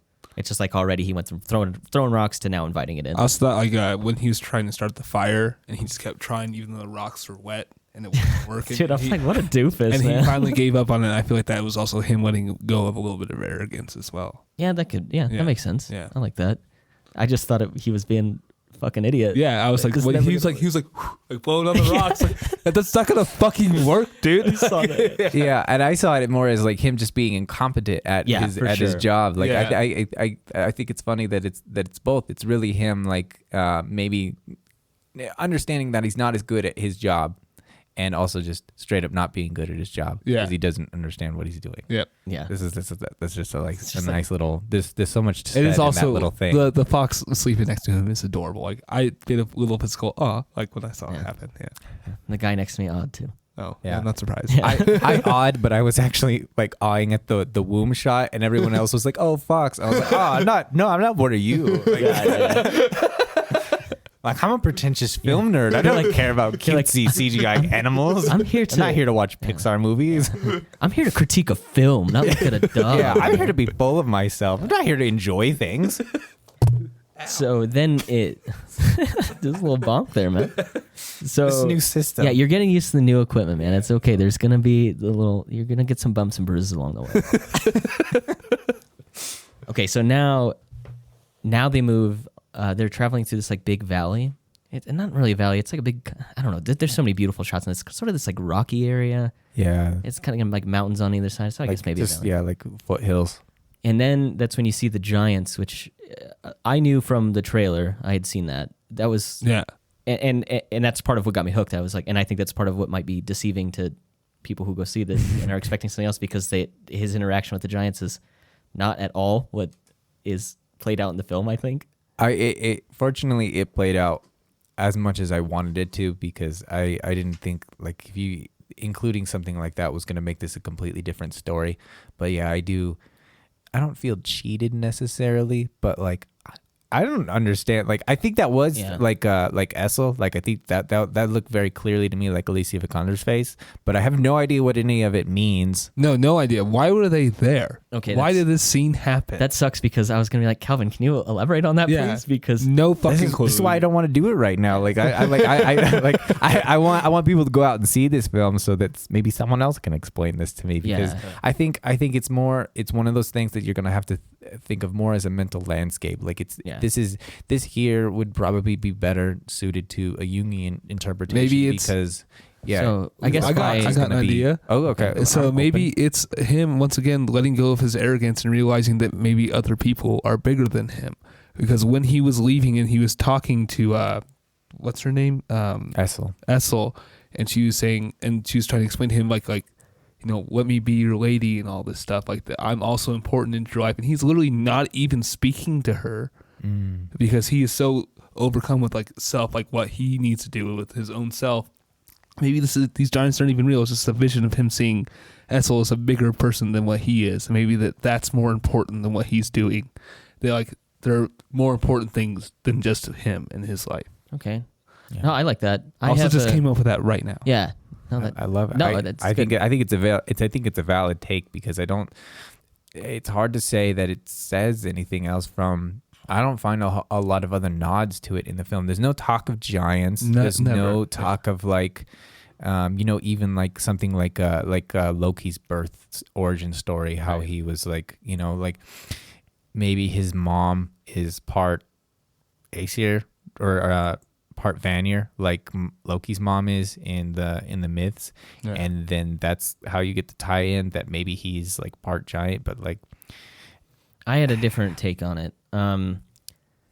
So he asks, he's like, perhaps you would let us like travel through the valley on your shoulders. And then the giant turns around and reaches for him, and he cowers and like ducks away, even though like he's just asked for help. Yeah. And this thing is like, it seemed to me like reaching out to help, not to fight. So I thought maybe, because I think there's, like I said, there's a theme of him like failing these trials. So I thought maybe it was a trial for him to be courageous and be like, like and trusting, and trusting. And I think that like compared to like the whole Green Knight thing, like he doesn't understand like what the other person is doing. Like he's still just putting out like his wants and desires, and not understanding how he really fits into things. Yeah, I think that's really good. So I had a working theory going throughout this movie, and it gets dashed when we get to the kind of the following sequence with Joel Edgerton's character. Yeah, Lord. I just want to share my theory real quick, because this theory doesn't make any more sense. So I thought that these kind of trials were like maybe nods to other sort of fairy tales, because this is the film starts out being like, this is not a story about King Arthur and him pulling a sword from a stone and this heroic adventure. And so it's already set up to be like, this is not the story you're expecting. It's a different take on kind of your hero's quest. And so I thought all of his kind of interactions, these trials, were maybe like weird takes on sort of fairy tales. So I thought when he first meets the scavenger, it was maybe like a weird take on Robin Hood and his merry men robbing someone. And so the scavenger like represents Robin Hood. Yeah. And they're gonna like do justice on Garwin. And then I thought maybe when he climbs into the bed, Winifred's bed. Yeah. I thought maybe it was like, maybe this is like a little Three Bears nod. And like he's like, I found the comfiest bed. And it's a kind of a different take, because instead of her like freaking out and like being like, get out of my house, she's like, I need your help. And she's like very understanding and they have this completely different interaction than you got out of like the Three Bears kind of fairy tale. And then I thought the Giants was like is it Jack and the Beanstalk? Yeah. I want to say James and the Beanstalk. It's Jack. I kept trying to word it in my head. I was like, James and the Giant Beanstalk, not Peach. Yeah. Jack and the Beanstalk. I'm pretty sure it's Hobbs and Shaw and the Beanstalk. Yeah, that's it. It's Calvin and Hobbes and the Beanstalk. You forgot the best spin-off of Fast and the Furious of all, the fairy tale. And so I thought Giant maybe Peach. And so I thought maybe it was a different take on having giants, where in Jack and the Beanstalk, it's like he's trying to like slay the giants or whatever. He's trying to steal the golden egg. Yeah, he's doing not, wrong things. He's not getting along with the giants, Yeah. and in this iteration, he's like asking for help from the giants. And then that's immediately done because I have no idea how Joel Edgerton's the Lord. I have no idea how that works into this theory at all. So but this that's is what I the was only, thinking throughout this. And so this is the only one. Those other ones are not in the original poem. The castle with the Lord and the Lady is, though. So those things that have been added very well could work like that. They could be basically other trials taken from other fairy tales and then given a moral implication for a nice quest. So I just thought maybe it was back you up. I just thought it was like maybe a goofy theory, and I was Yeah. like, oh, that'd be kind of neat if it's That would kind be of kinda neat. kind of like weird nods to other stories that we are aware of in the collective unconscious. Yeah. But beautiful. but that was used yeah, accurately. thank you, dude. But they're told in a way that subverts your expectation, or it's a retelling in a different. It's told in a different context, and it has a different outcome. That's what I was thinking, and like I said, it doesn't really fit in with the kind of the ending or the kind of the mid mark of the movie. But I'm glad you guys didn't shoot me down on that. No, one. yeah. I was like working. I was like, this is kind of neat. Always open for Yeah. for theories, man. I did one thing about the Giants. I love when they spoke. When she spoke, and it was such a deep tone that can't be understood by humans. I Yeah. thought that was awesome. Yeah, I did like the sound design of it, and then when all of them were singing, that was nice. Yeah, that was really cool. Yeah, I was gonna say I agree with the sort of sound design behind them, because it starts with, like you said, a low tone, and it's completely juxtaposed by this like kind of really, really nice harmonic like singing between all of them. It's like it's much higher. It's very, very melodic, very peaceful, and it sounds like something you wouldn't expect out of Giants, especially after they set it up to kind of have a deep sort of inaudible tone. Mm-hmm. So yeah, I do. And kind of menacing too. Yeah. That aesthetically is a great scene, but I think a lot of people are just gonna be mad because they're gonna see a giant in the trailer and they'll be like, "Oh, I can't fucking wait for the giant scene." Yeah. And then it's like a giants harmonizing together. Yeah. And people are gonna be like, "Fuck this movie." Yeah, Like, they're literally like a chorus of angels, and Yeah. that's like all you get out of like I was like Jotunheim or like, and then it was just like more like Jotun choir. yeah, right. So I like the scene, but I'm with you guys. I don't really know what it means, and this is like I think we said this is a rewatch to pick up everything. Oh yeah, in this. absolutely. I'll probably watch this movie like 20 times. Yeah, just For like now, you've been I'm doing just with gonna- Midsummer. Yeah, I can't stop watching it. Oh, that's amazing. But yeah, for now, that's just one of the ones I'm just gonna enjoy and leave it as what it is, because I think, sometimes a leaf is just a leaf until we find out that it's actually not a leaf, and then we have all of the answers, and then we can go off in crazy branches and then build the whole tree. But for now, it's just a leaf. I think, All right. and I'd said that just like in our spoiler-free thing. It's like this movie can be enjoyed just on the surface. It's beautiful to look at, and there's enough kind of obvious narrative in it to keep you interested, and the characters are great. So this can just be a scene that's just looks good, and it's just interesting to see. It's one of the few I feel like is that way. I think the other one, the subtext of all of the other ones is a little bit more obvious than this one. Yeah, I totally agree. So Calvin, can you talk more about the Lord and how Alicia Vikander's character plays into that? This is sort of where I got lost in the sauce here. I was not tracking. I agree with all you. the way. I was a little bit confused here. What was going on? Because she showed up and I was like, "Is this literal? Is this actually happening?"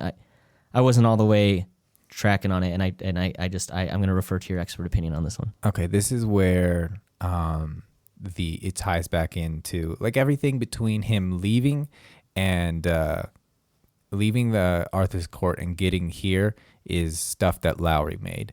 So now we're getting back to the original poem, and in the poem, that the game, it's literally stated that it's another game, and one of the things that when the guy complained about, like, oh, I can't even read it. It was an exchange of winnings, which was lifted directly from the poem. So he says it on the second night. Whatever the forest gives me, I will give to you, as long as you give me anything that you gain while you're here.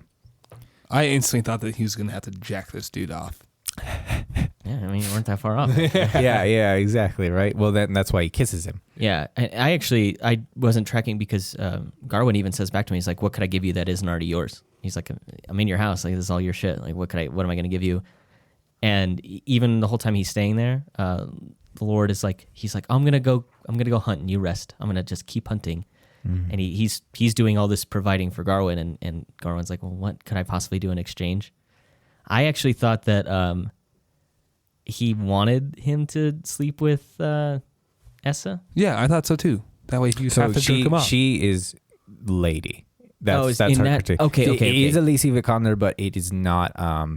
What was her name? I'm sorry. Essel. Okay, I said that wrong. Essel. Okay, see, that's what I was confused by, because I thought maybe it was like this kind of like double cross, like maybe like she was pretending to work in like a brothel, and then when she asked him and then she was like, "What if I was your lady? Like, would you accept that?" And if he had said yes, she'd be like, "Oh, well, by the way, I'm a queen, bitch. Like, and you accepted me even though I was like just working in a brothel and I was in the slums." And so I thought maybe it was going to be like kind of a gotcha moment, like, oh, you didn't accept me when I was just a prostitute. Look what you're missing out on. So I guess it's good to know that was not the same character, because I was like, I mean, I know her hair changes, but it's a fantasy movie. You can change shit like hair and stuff. That doesn't bother me. I'm going to be honest with you right now. I did not know it was the same actress until this moment. No, it's definitely her. Yeah. So in the original poem, what happens is he's like basically tempted by her throughout his stay. Like, well, how about just a kiss? And then so she kisses him, and then he returns the kiss on the next night. Did they say he has like, because he needs to arrive to the Green Knight by Christmas Day, because he gets knocked out after the Giants, he like falls down a cliff, and then he wakes up in their house, right? With the Lord and the Lady? No, he stumbles through the rain and then walks into their castle. He stumbles and then he eats the mushrooms and then right. Trips, that's when he's and sees the Green Knight and then the tree there. So they kind of recover him and take care of him, and he's worried he's overslept and he's missed the date. No, he wakes up on the 21st. Yeah, he only slept through the night. That's what I'm saying, but his character is worried. He thinks he's not as far along as he is. Yeah, and the Lord's like, don't worry about it. You're pretty close to the Green Chapel. And he knows about the date that he needs to be there. And so, and we'll get to why he knows that. So in the original poem, that garter, that sash, whatever, wasn't made by Gawain's mother. So it was given to him here. This is the first time it appeared in the original poem. So she tells him, if you wear this, then you won't be struck down. You know, you won't be susceptible to a blow of any kind. And so I want to say it was like 2 kisses, and the third one, he basically leaves on the third night. He leaves for the Green Chapel. And then when he gets to the Green Chapel... Well, you skipped Jaden's favorite scene in the whole movie. No, I'm just talking about the poem. So, okay. So gotcha. we'll talk about the poem because it's very brief, and then we'll have to go off way further than that. Okay, perfect. It's very confusing what's going on in the castle, and it's so much fun. But so I won't reveal like the final thing, but then he goes to the Green Knight, and that's where. We'll talk about that when we get to the beheading thing. So let's talk about like everything that's going on in the castle right here, because what the hell?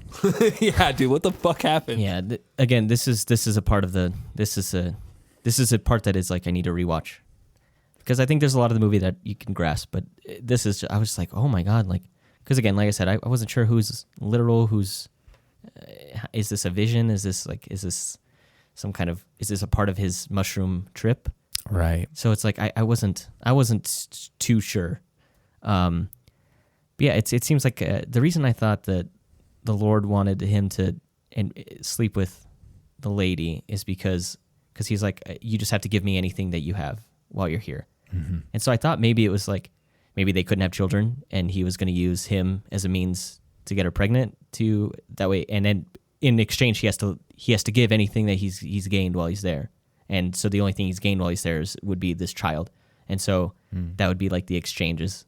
So I didn't realize that there was like many like homosexual tension until later on. I wouldn't call it homosexual tension. That's straight from the poem. Oh, okay. Well, that's just more of a custom of them exchanging kisses. It was more common back then than it is now. I think the way it's played in the movie is not. Yeah, I thought that Joel Egerton like wanted to bang him because he says to him, he's like, I know what I want, and I think if I tried, I could take it. And it doesn't seem like that scene is not played at all. It's like, all right, farewell. Here's my goodbye kiss. It seems like I think there's sexual tension in that scene. I don't think it's quite as much. I'm not going to look at it quite from a Jungian perspective because it's from the poem. Like he's questioning, you have something to give me.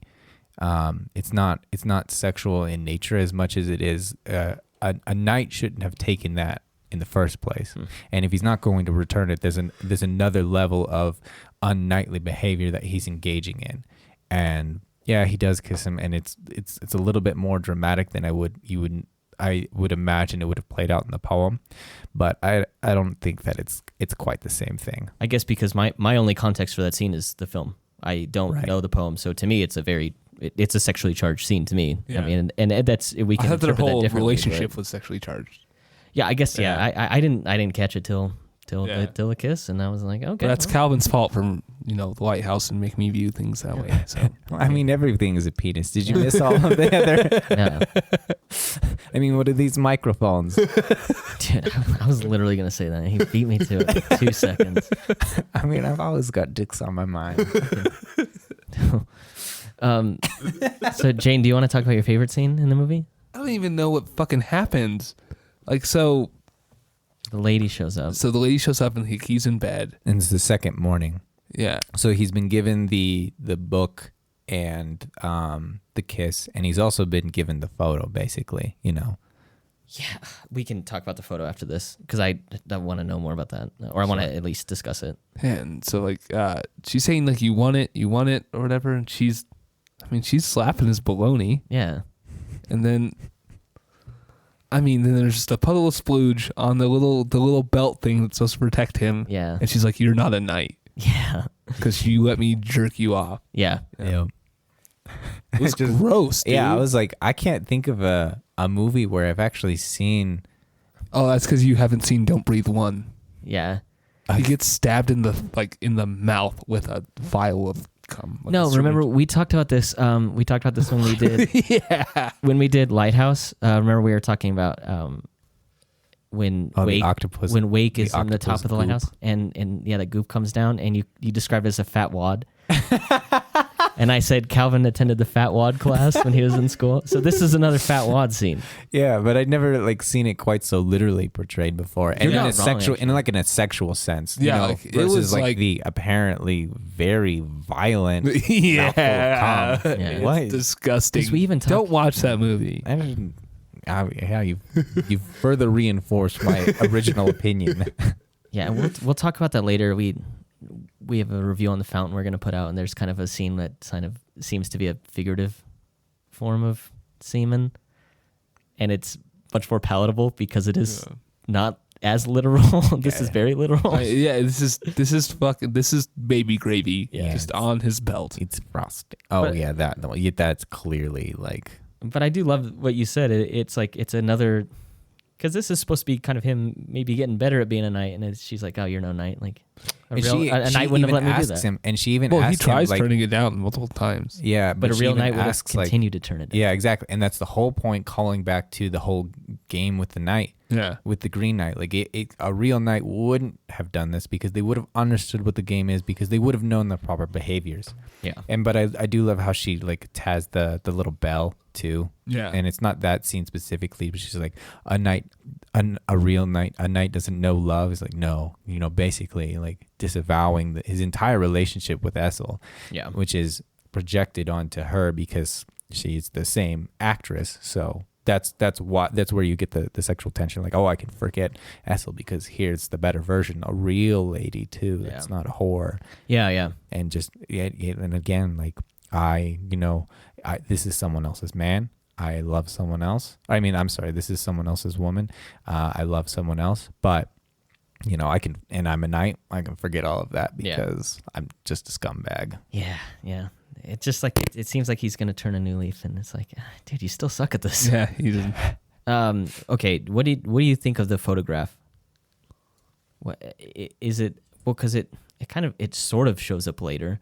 Mm-hmm. Is it in his memory? Is it literal? I mean, like, I think it is literal. I think that she just. Do you think this whole section is literal? Do you think this whole sequence of his interaction with the Lord and the Lady is literal? Based on the poem, yes. Okay. I do think it is literal. I think it's weird, no doubt. But another reason why I think it's literal is some more world building stuff. We'll get into the deep stuff. Is that the blindfolded lady, fucking creepy, is I think his mother. So I don't know. So we sort of didn't even mention this during the scene where before the Green Knight shows up. There's like a ritual taking place with So Garwin's mother. Yeah, at the same time, it's being intercut with Arthur's speech just before the Green Knight comes in. Yeah, and it almost seems like what they're doing in this ritual is what is summoning the Green Knight, and I thought the way it was set up really ominous, and I thought maybe it was set up as a way that the Green Knight was going to challenge King Arthur and was going to try and kill him because maybe the mother has some vendetta against him because it's still early on in the movie and you're not really introduced to like their relationship yet. Yeah, right. And so that's what I thought it was. And so then when Garwin takes over and he's like, no, I'll do the challenge. I was like, oh no, like the mom's plan is backfiring now and the son's going to be cursed or something like that. It ends up not being that, like I was totally wrong. But during that whole scene, Garwin's mother is blindfolded and she's writing this like kind of note out that the Green Knight's going to deliver to King Arthur.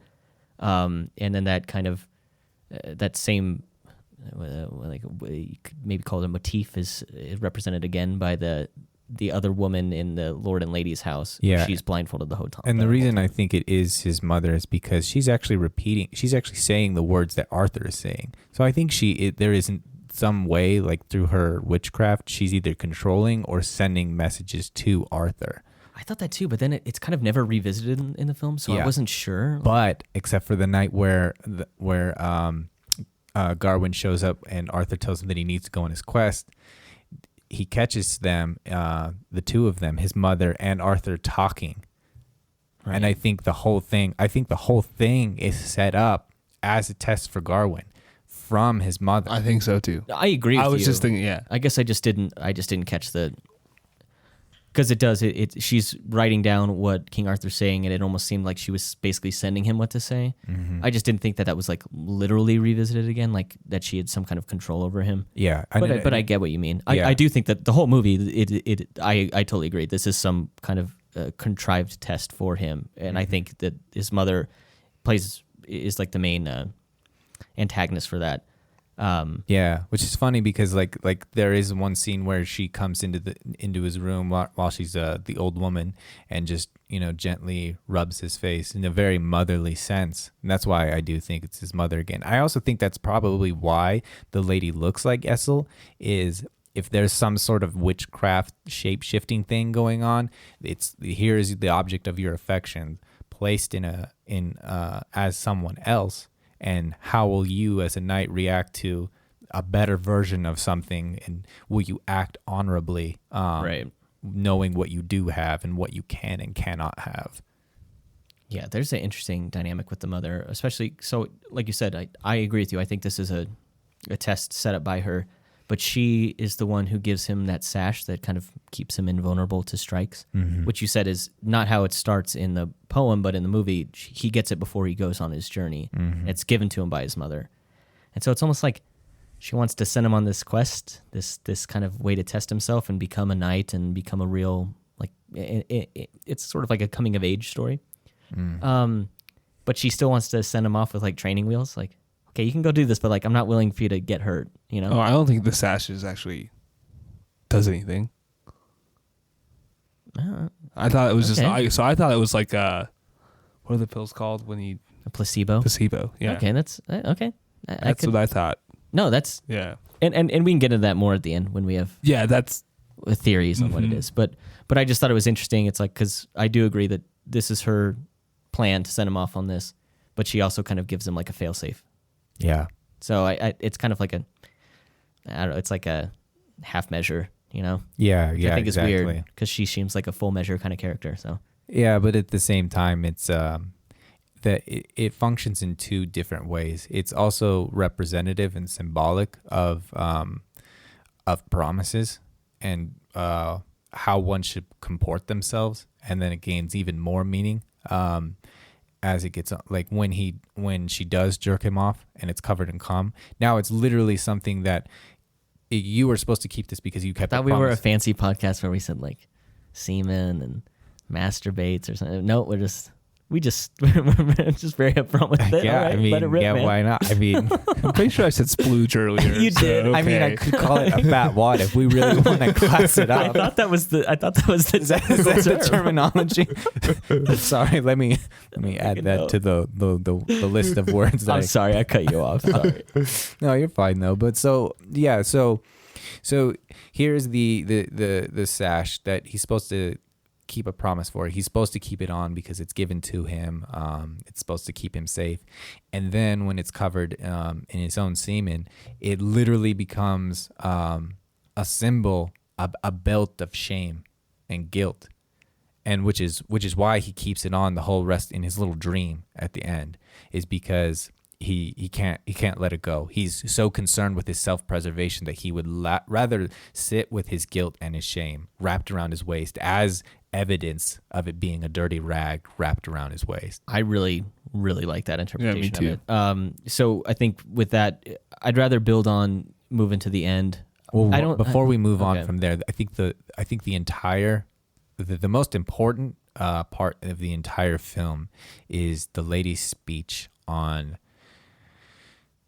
the first night. So after the Lord returns from hunting and then tells him his game, the lady gives a really long monologue talking about reds and greens, and it's one that I need to rewatch because I think that everything right there is what the film is trying to say, because it talks about how red is the beginning of lust, but it fades and it turns green, and green is the color of the earth, because he mentions how the Green Knight didn't bleed green. He bled red, and he's not of this world. Well, Yeah. but green is the color of the world, so why So- would it be? I will say this about David Lowery. So, like I've said, I think A Ghost Story is one of my favorite films. There is a big kind of exposition dump in the middle of that movie to kind of really let the audience know, because it's a very like, it's stark in terms of dialogue. Your main character in the movie is a dude under a bed sheet dressed like a ghost. Like there's not, it's a lot of the film is just told through like observation. And there's a big scene where just this kind of like hipster dude just kind of explains basically the plot of the whole movie, because I feel like David Lowery is like, okay, maybe this is too smart, and maybe we need to let people know what this is actually about. And I sort of got the same vibe from that. It's just a big bit of dialogue that gets delivered, and I think it's done in a more clever way in this, because it's more it better captures the context of the story. Whereas I think in A Ghost Story, it's very literally, I'm literally telling you what is happening in this movie. More plot device. Yeah, in this movie, it is a lot of dialogue, but I think it's told and it's done in the same kind of language that we've been used to in this film, and it's done in a way with a character that we're kind of established with now. In A Ghost Story, it's like literally just a dude who shows up at a party and starts like just data dumping on you. But I still got the same vibe. I think maybe David Lowery was worried that this movie's a little too heady. Let's kind of try and explain parts of it, you know? Yeah, and I think to me, it felt more like Wake's speech at the end of The Lighthouse. I think that the entire film, a lot of the interpretations of the film are right there in that, in his speech as he's getting buried. And this one went on a little bit longer. But I think like, yeah, to what the difference might be between this and A Ghost Story is that it's not necessary. It does create another level. It gives you more hints of what interpretations he wants you to get, but it would work just fine without it. But she is just so captivating, and that's such a long, slow zoom on her the whole way without any cuts.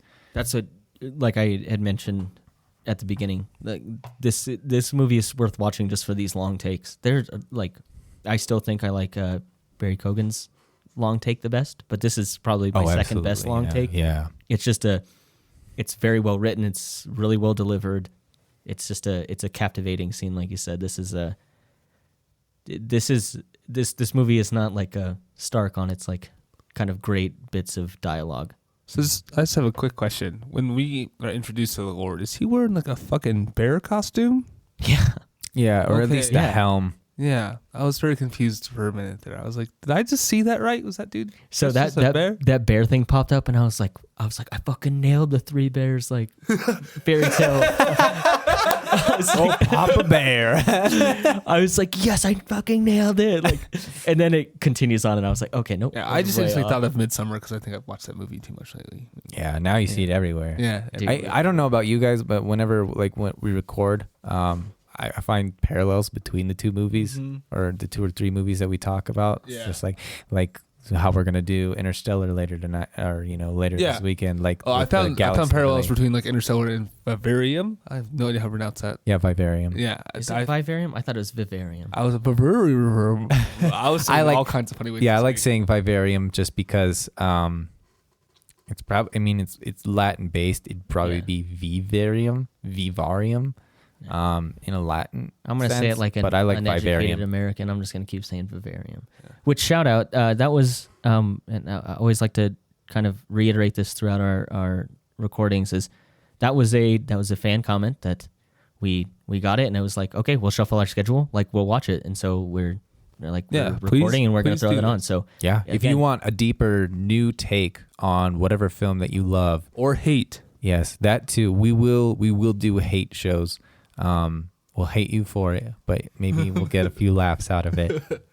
Yeah, we'll do what what's his name, Aaron Chambers said. Yeah, he's like, Aaron if Chambers. if you hate someone, tell them to watch this movie. So if you hate us, tell us to watch the movie you like least. And we'll review it. So I kind of derailed it, but I always like to reiterate that. So we're gonna do an episode later on. This is just a comment that we got, and we shuffled some things around, and we're gonna record that and throw it up. I'm very excited for that one, actually. Yeah, I'm excited for the discussion.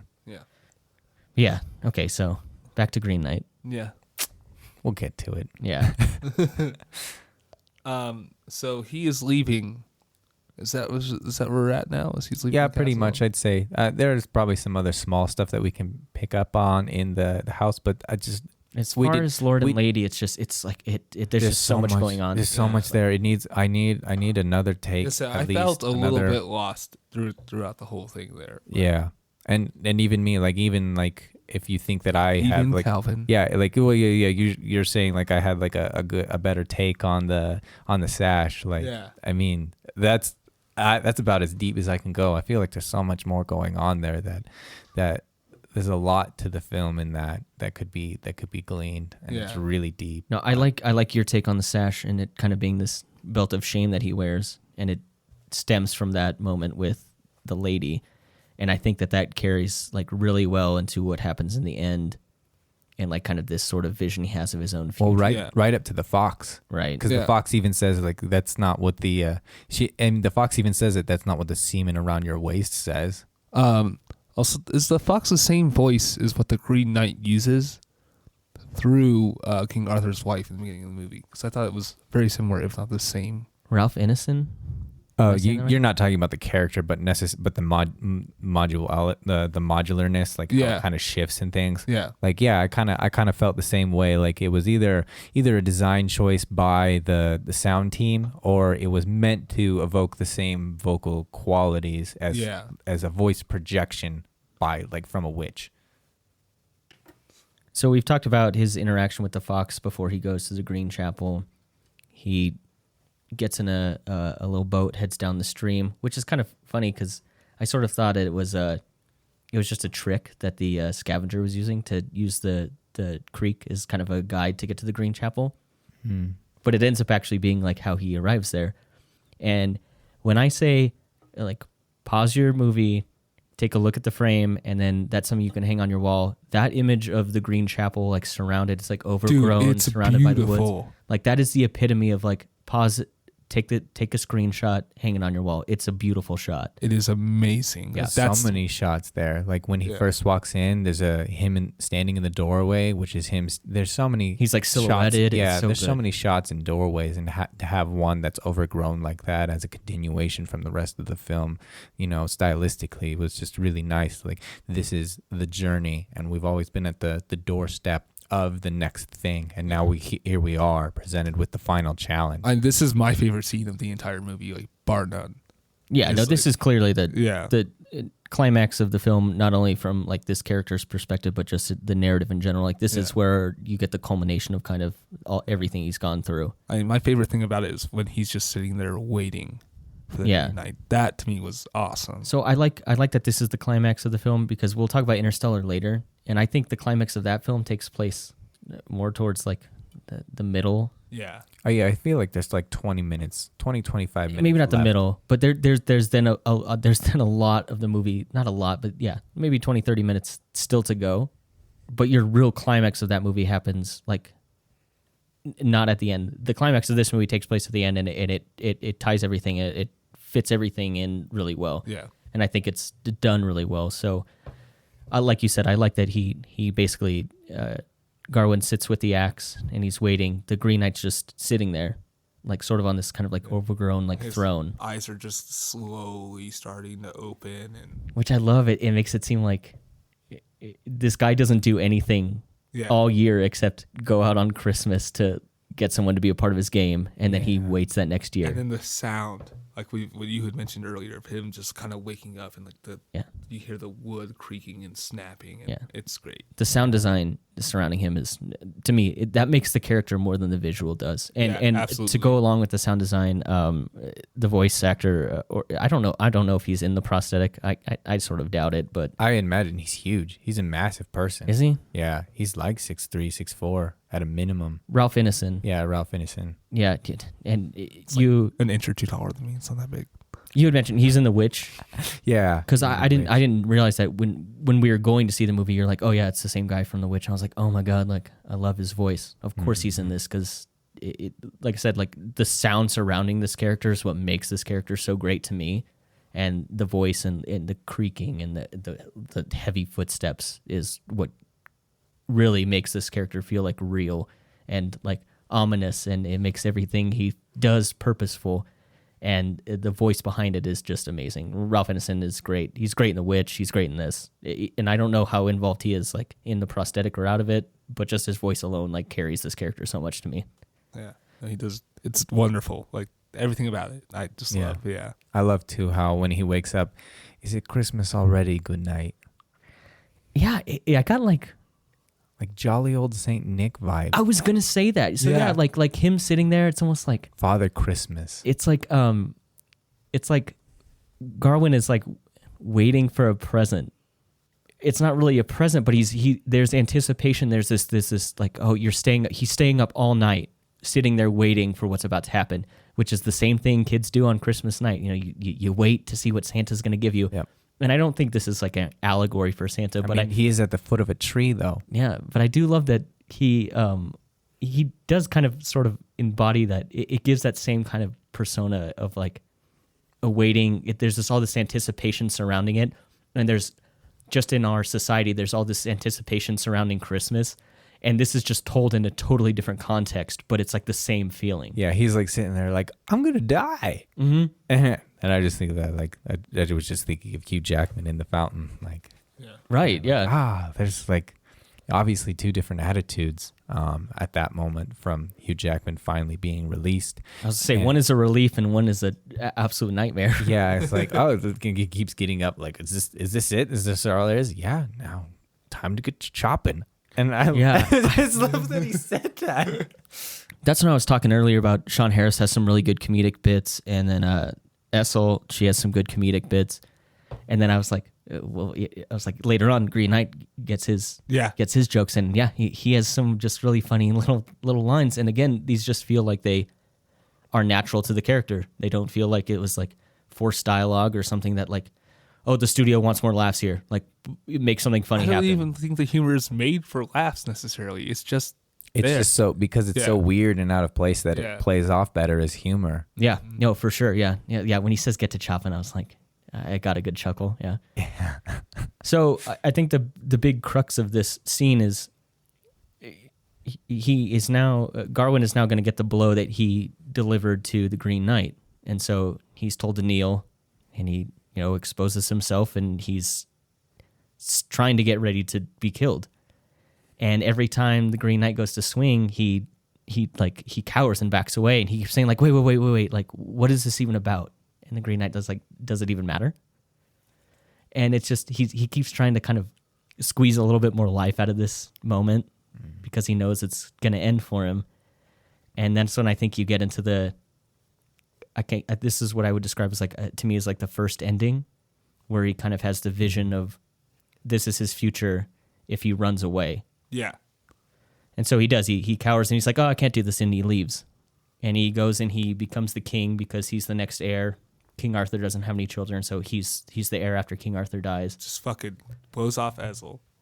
Which I wonder if I don't know if they say explicitly that King Arthur has no heirs. That's fun. That's something that we'll talk about in a little bit, because he does mention that's why Garwin took the seat next to him, is because the prince wasn't there. Yeah, so the reason I think that this is maybe kind of tips you off that this maybe isn't real is because Garwin ends up becoming the king after King Arthur's gone. And so I wonder if, like, in his own vision of this kind of fantasy future he has, he's the one who becomes king, even though, like, in reality he wouldn't be.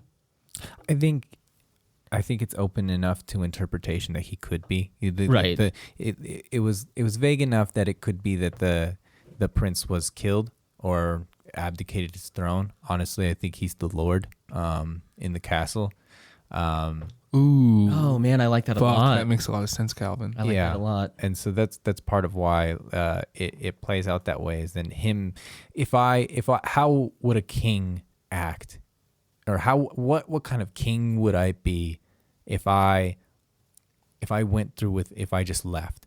I would get my lover pregnant, pay her off, which was throw the coins on the terribly bed, sad scene, which actually goes back to the beginning when he threw a coin at her when he's chasing after her in the brothel and it falls in the dirt. And like, because he's trying to get her to stop. Yeah, because he wants another go. Yeah, and she's like, she says like, I'm going to church. It's like, why? Yeah, exactly. And so he throws the coin at her, and yeah, you're right. That's like reminiscent of that scene. It's like he just dumps a lot of coins on the bed, which is it's all stained and soaked in his afterbirth, and it's just like and she's crawling on the ground. I like that scene a lot.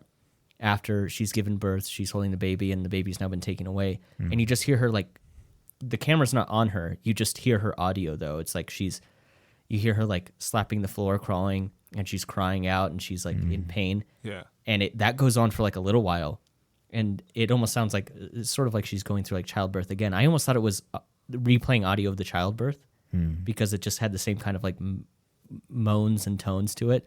And then the camera cuts back to Essel on the ground crawling, trying to get her baby back. And I was like, this is tragic. I mean, even like right after she gives birth to the baby, it just cuts to the guy, and he's just standing there. Garwin is like, no emotion on his face because he knows what he's about to do is wrong. Yeah, and also, but at this point in his life, he's already made a decision that he's not going to be a good guy. Yeah, he's not the hero of this story, even in his own like future that's playing out. It's like him abandoning kind of his end of the bargain in this game. Yeah, has led to him kind of living this really dishonest life, and he's just gonna kind of commit to it and be a part of it as this sort of story progresses. And I love the scenes that take place because there's like no dialogue at all. And I thought it was amazing that there wasn't. I thought it was very strange. It was very out of place contextually with the rest of the film, but it didn't suffer for it. No, it benefited for it, absolutely. Yeah, and I think it separated itself to let you know, like once we come back and realize that it's all basically been his vision of what he would be if he were to act shamefully again. That it's all just that their thoughts, that they don't need words. It's one of the few times I feel like a flashback type thing worked, and it worked really well. Yeah, I totally agree with you. It's like, so in the moment when that scene was taking place, I thought that this was actually happening. Yeah. And I was like, oh, fuck this movie. It's like, this is a character like not realizing his character arc. And I was like, okay, like it wasn't a letdown because it was a letdown because I wanted him to realize it. It wasn't a letdown in like, cause it didn't make the movie bad, but it was more of a letdown cause like I wanted this character to evolve and become what I thought he could be. Yeah. You wanted full individuation. Yeah. And so once you kind of realize it's this sort of flash forward vision of what he thinks it is, and it makes sense that this is not sort of filmed, it's filmed differently than the rest of the movie. Like you said, it seems out of context, but it makes sense once you realize it's not actually happening. And so it makes sense that there's no dialogue. It makes sense that kind of the sound design is a little different. It makes sense that this character is acting the way he is because it's not actually happening. And it is out of context with the film, but it fits because it's supposed to be out of context because it's not actually happening. Yeah. Also, I thought the makeup was great here. He looks way older. Yeah, I agree. Yeah, both him and Essel, I thought was good. Yeah. Yeah. I was worried that it was going to be. I assume there's some prosthetics and then a good amount of that sort of CGI just kind of smothered on there. Yeah. to kind Probably of tie not it all together. CGI. They can do a lot with just like I latex. thought Essel at the end, it looked a little CGI-ish. Yeah, Garwin looked better than Essel. Yeah. Did, for sure. I mean, it's easy to throw in gray with beards. You know what I mean? Yeah, that's Yeah. fair. That's Yeah, fair. I think we automatically turn the clock on someone 10, 20 years when we see a little bit of gray in the face. Yeah.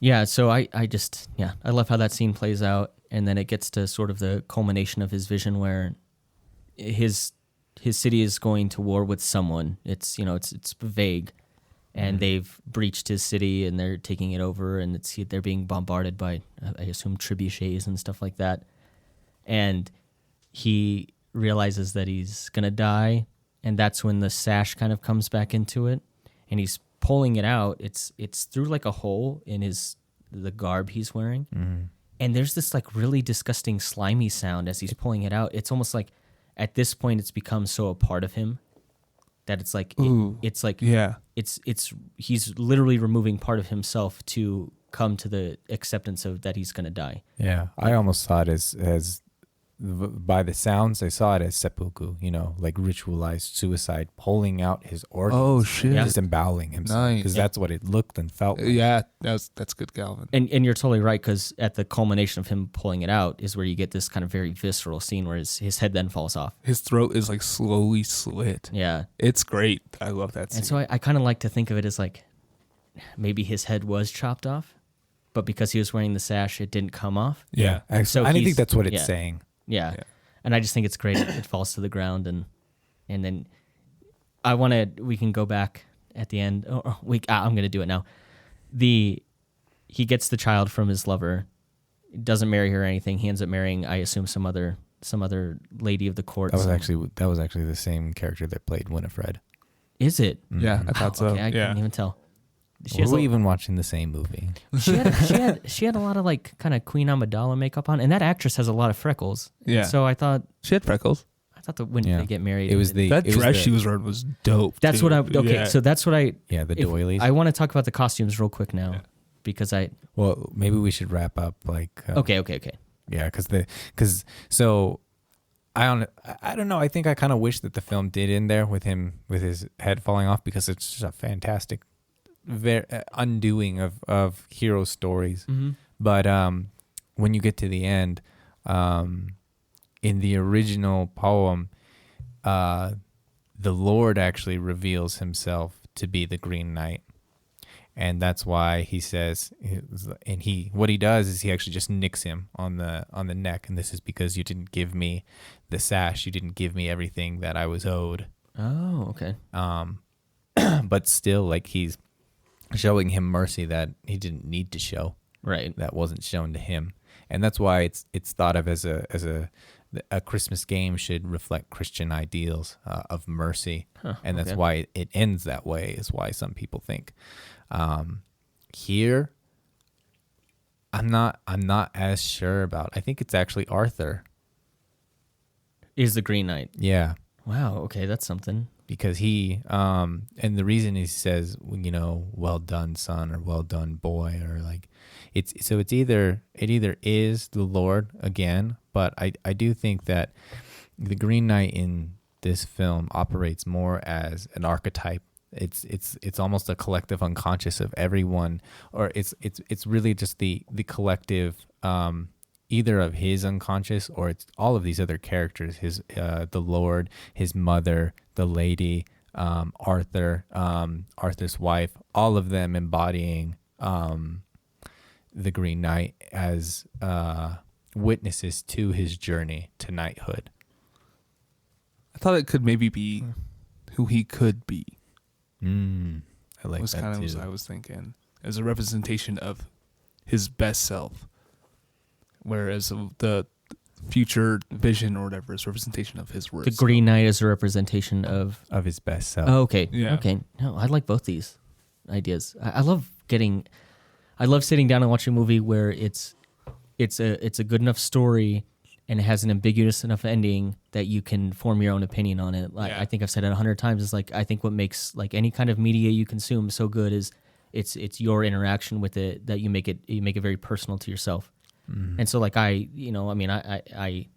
think I tend to agree that this is like him at his worst, and then it's kind of the reveal that this is not his actual future. Yeah. And he has a chance to change it. Like he's played it out in his mind's eye, and this is not what he wants to do. So then he ends up going through with like basically getting himself killed by the Green Knight because he's gone through this kind of vision in his head, and he's about to get his head chopped off, and he goes, wait, and he takes the sash off. But this time he does it, I think, in a different way than he did in kind of his flash forward vision. Absolutely. I think one of them is like, I have no way out of this, so I'm just going to die. Mm-hmm. The other one is like an acceptance of death. It's taking off the sash literally, but it's metaphorically, it's interpreted completely differently. So, I think it's played out in the scenes completely differently. Yeah. So I thought, like, when I saw him rip off the sash and toss it to the side when he finally accepts it, when he thinks the Green Knight's about to chop off his head, that's him tossing away his fear, or the way you said that's what the sash represents earlier is like he's throwing that away now. That's his not shame. who he is. He's getting rid of his shame. That's not who he is. That's not who he wants to be. He's just tossing it to the side. Yeah, now. and it's an allegory of Christ basically giving shame and guilt to Christ who would forgive. Yeah. I love that. Yeah. My next favorite bit is it's just a little bit more comedic stuff. So the Green Knight, he throws the sash off, and he's like, okay. He's like, good job, little knight. My little knight. Does he say that? And then I'm not sure, but I like it. Yeah. And then let's roll with it. They kind of have like a nice exchange, and because it's finally this is why I said I thought that the ending was kind of losing me, because I wanted him to kind of realize himself and what he could become, and that sort of flash forward where he's selfish and kind of living with this shame, and he won't take off the sash, and that's a part of him now. I was like, this movie's kind of losing me. It's a fine ending, but it's not what I wanted. And then when it goes back and he accepts that he's going to die, and there's this nice exchange where the Green Knight is like, oh, good job. Like, you did what I wanted you to do. Yeah. I wanted you to accept this. I wanted you to move past this. I wanted you to evolve as a person. And then he goes, off with your head. It's just another comedic bit. Like, and I know it's like, I mean, he was literally going to have his head taken off, so it's funny for that. But it's just the way it's delivered. It's just a funny little bit, and I love that it's sprinkled into the film enough that there's some funny stuff in this, that because it's such a heady, serious film most of the time, and to have like these little nice bits sprinkled in it, like makes it like so much more palatable. Yep. Because it can't just be this dour failure movie the whole time. It's got to have something to kind of uplift you a little bit, I think. I don't think it necessarily needs that. For me, it does. For me, it makes it better. I think it does make it more fantasy, more an undoing of the typical story for that reason, bringing in humor elements. But I also don't think he dies at the end, so that's why it's funny. Yeah. Yeah. So, are we done with our theories? I'd say so. Yeah, I mean, we could talk about honestly. I have like recurring themes. Like I have a theory now about him saying his tooth hurts. Okay. Yeah. Just think about all of the long-awaited tooth theory. Yeah, just think about all of the recurring times we mention bones and we see skeletons. Yeah. Especially like the mother at the very beginning when they're doing that ritual. She takes out like jaw bones and stuff to use in her concoction and stuff like that. Yeah, but we see Garwin's skeleton. We see that skeleton in the cage. Winifred's skull in the lake.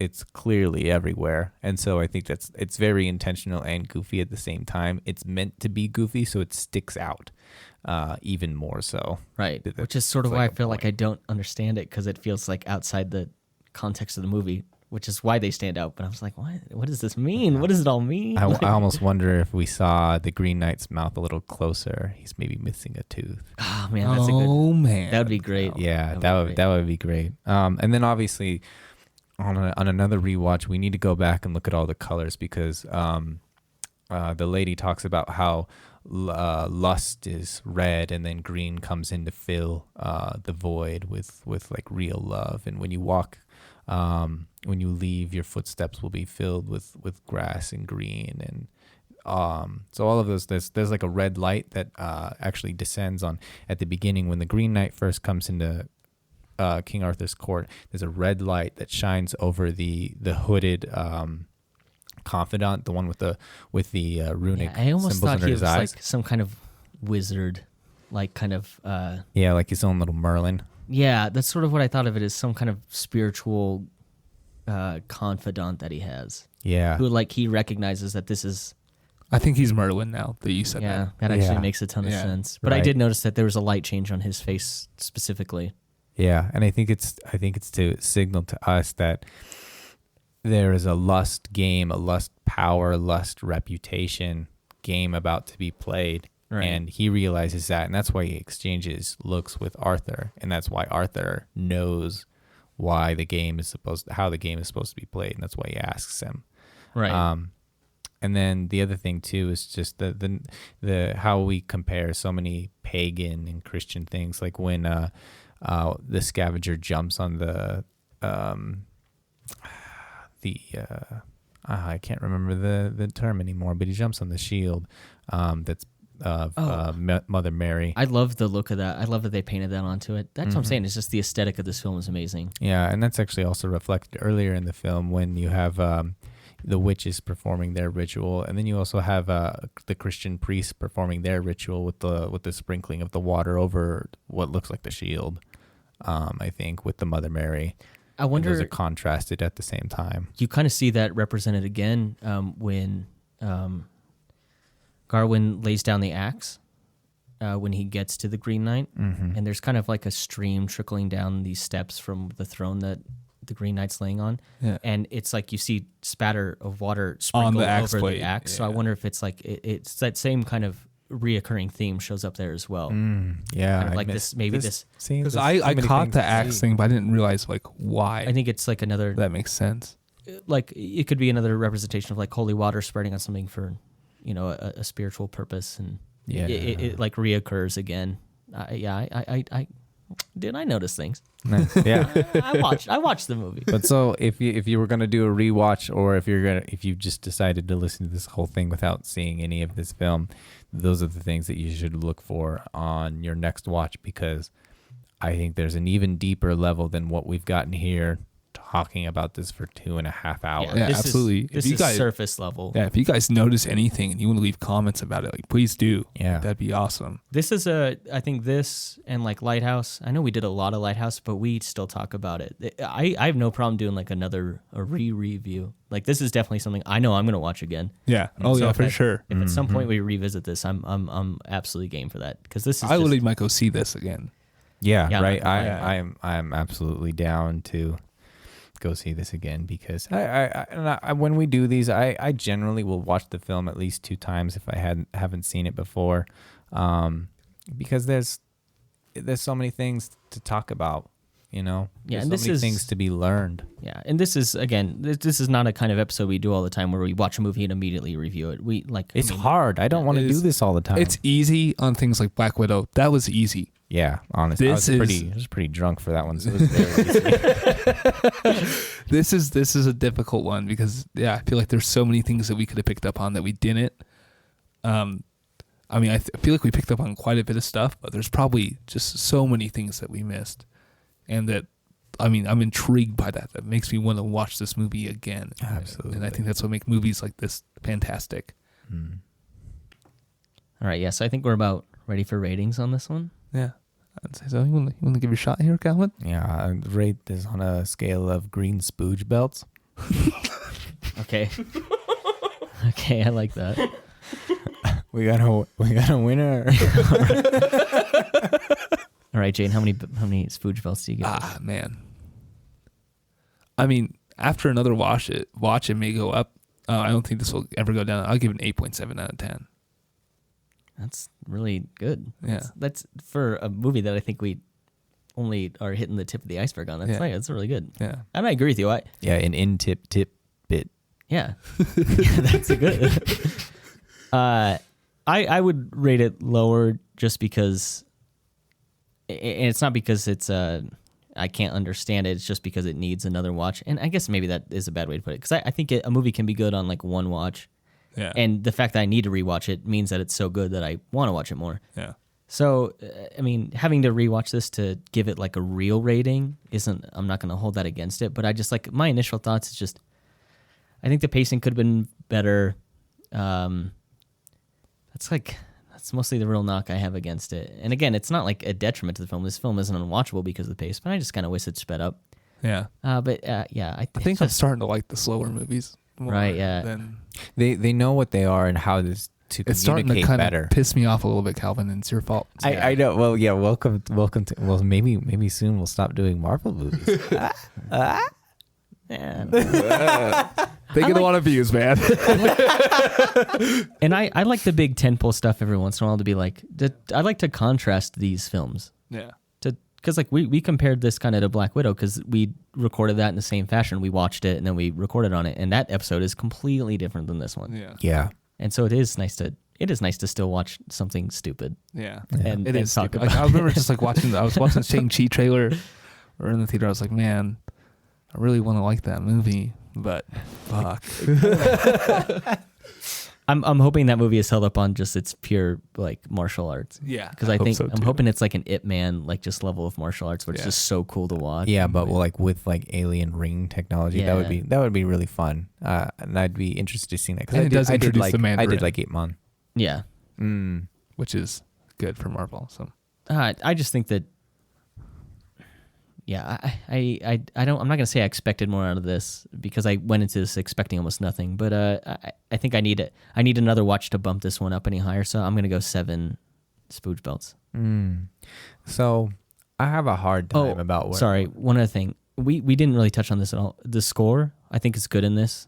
yeah. I was hoping for it to be more robust. So I'm a big believer in a score should either be incredibly iconic like Star Wars or something like that, or something that I barely notice to make it great. And this one I didn't notice it that much, and I think that's just because it plays into the movie so well. Yeah, it's like if it fits in so well that you don't notice it, I think it's pretty good. Yeah. But if it's so good that it like is almost stealing the scene, then now you know that you have a really grand score, which is something I think I want to.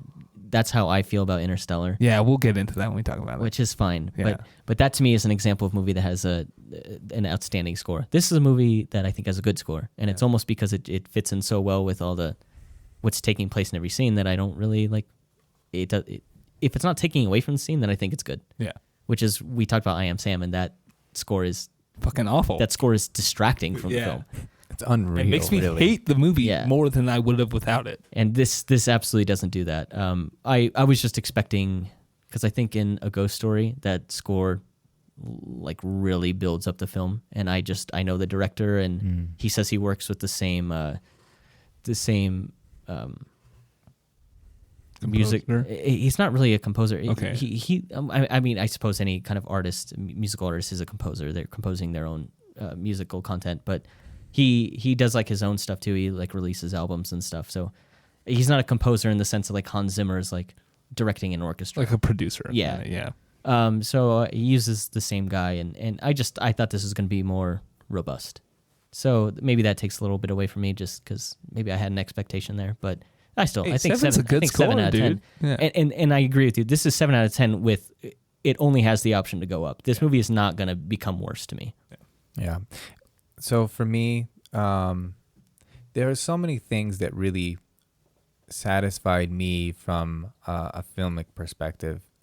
So many great frames, really sharp eye for detail. The long slow takes. We don't get enough of those anymore. With everything's just cut fast. And I like how it worked in at some places and others it didn't.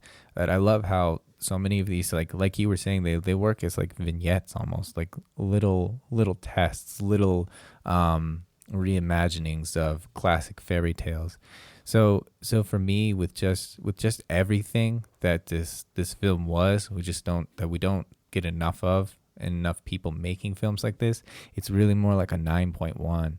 Like it's wonderful. I don't think it's, to me, I think The Lighthouse is probably better. I don't remember what I rated The Lighthouse, but that's my other thing. I don't remember what I rated any other movie. Yeah, I like this. Like I would put The Lighthouse at like a 9.5. Calvin rated Lighthouse higher than us, which you'll hear it. We have a fountain review that's going to come out, and it's rare when Calvin is rating stuff higher than us. There's a couple recordings we have coming out where this is just another one where you're rating stuff higher than us, which is so odd because you tend to just hate everything that we review. My heart is so full of love for things that aren't shitty. I get it.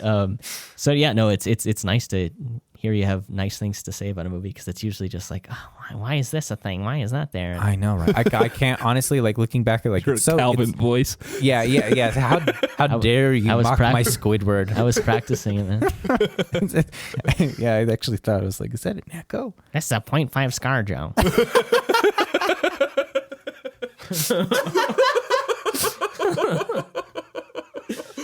Oh. I wouldn't be a good host, dude. I'm practicing my craft, you know. I'm working. I'm happy to be practiced on, I guess. But yeah, I don't have bad things to say about this. I don't have criticisms really, because if I go back and maybe the pacing feels kind of clunky, maybe that's something I can say about. But I don't. That's what I'm saying. That's the same for me. It's like maybe it's bad. Yeah. It's not even like it's bad.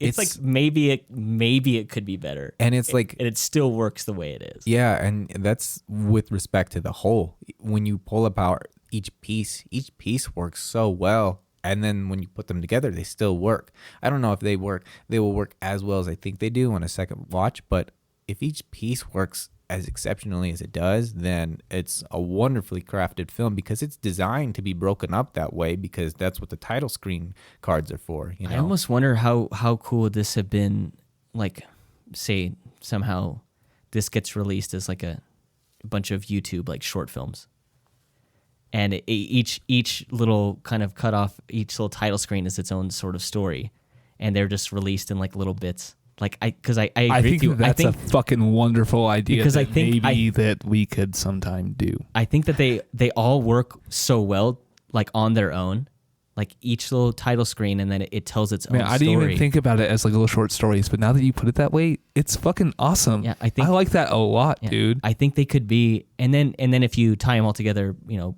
if you say you want to binge watch them, and then it becomes a whole movie. But if like, say this is just like a small filmmaker who's like just trying to release a little bit at a time because, you know, he's working on a budget or something, I think each bit works so well kind of on its own.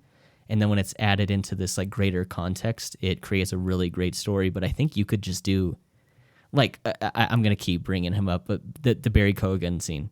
He did so great in this movie. That to me is a short on its own. Yeah. Yeah, it could be. Absolutely. We do see him one more time in the movie, don't we?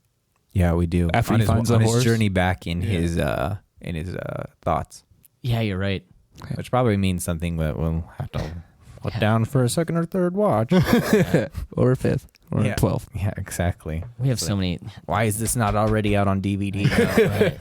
Just put things to streaming services right away. Yeah, we'll so- still go to the theater, we promise. Yeah, we just want to watch them multiple times and own all of the medias. I think this is a good, probably a good new segment we can start as a re-review. This is a good re-review candidate, Yeah. I think. Oh, absolutely. Yeah. So, okay. So, wow, I gave it the lowest score out of all of us. I think that's, that doesn't, I'm usually like middle of the road on these. I feel like I'm pretty high on every movie. I think I'm pretty much between what you two put yeah. up. I think I just like I'm everything. the lowest one. Yeah. I just like, Good film is easy to like, though. This is a good film. I guess so I gave, I Am Sam a 2.5. So we all give. I was at 4. yeah, he was higher than me on 2. Yeah. That's what I'm saying. Is this weird trend where Calvin is now rating things higher than we? Yeah. I just know what I'm looking for, and you guys think you know now. All right. Are we ready for what are we watching lately? I'm ready. Yeah. Yeah. So I just finished this book called Blind Sight by Peter Watts. And you know me, I love my science fiction, and this is takes place in kind of the near future. It sort of begins and revolves around this event called Firefall, which is where there's sort of this extraterrestrial probes that are monitoring and imaging Earth, and now they think they've found out kind of where this entity came from, so they've sent expeditions out, and so you're following a character who's a part of this third expedition. And it's very cool. It's very heady technical sci-fi, which I love. But it's almost like a setting for like bigger issues. It talks a lot about maybe like mental disorders or disabilities that the way we view them now is a hindrance or a problem. This book paints them in a totally different way. So you have like sort of genetically engineered autistic like savants who are hyper intelligent, and they come up with new technology, and they basically are like kind of the driving force between like kind of the technological evolution of humanity. There's a character who has a split personality. She's split between 4 different personas, but she did this to herself intentionally, and it's that way she's a linguist aboard this crew. And so it's basically she can decipher and interpret language 4 times faster than a regular person can. You have another character who had one hemisphere of his brain removed, and it was replaced with like kind of a synthetic version, and he can kind of interpret what these like hyper intelligent people are trying to put out. And it's just a totally different take on kind of how we deal with disorders and disabilities. It's like this can be viewed as an advantage rather than a disadvantage. It also talks about kind of evolution and the nature of humanity. Like, we see ourselves as kind of this apex predator, and we're not really. We just happen to have an adaptation that was just better than whoever we were competing against, and that's why we became. It's described as you're a flightless bird on an island when compared to the universe. Like, you think you're a big deal here, you're only a big deal on your own island, and you're almost nothing compared to what goes on in the universe. It deals a lot with sentience and what is the value of even being a sentient being, because they encounter extraterrestrial life that isn't sentient, and it almost views sentience as a hindrance because we're so concerned with ourselves. How are we perceived? How do we act? And maybe that's actually an evolutionary flaw. And then to top it all off, there's fucking vampires in this book. What? Yeah. That's awesome. It's incredible. So like I love vampire stuff, God, dude. you just threw me a Right. curveball that I'm not necessarily on board with anymore. what I will say is I love vampires. these vampires are explained in like a very scientific way.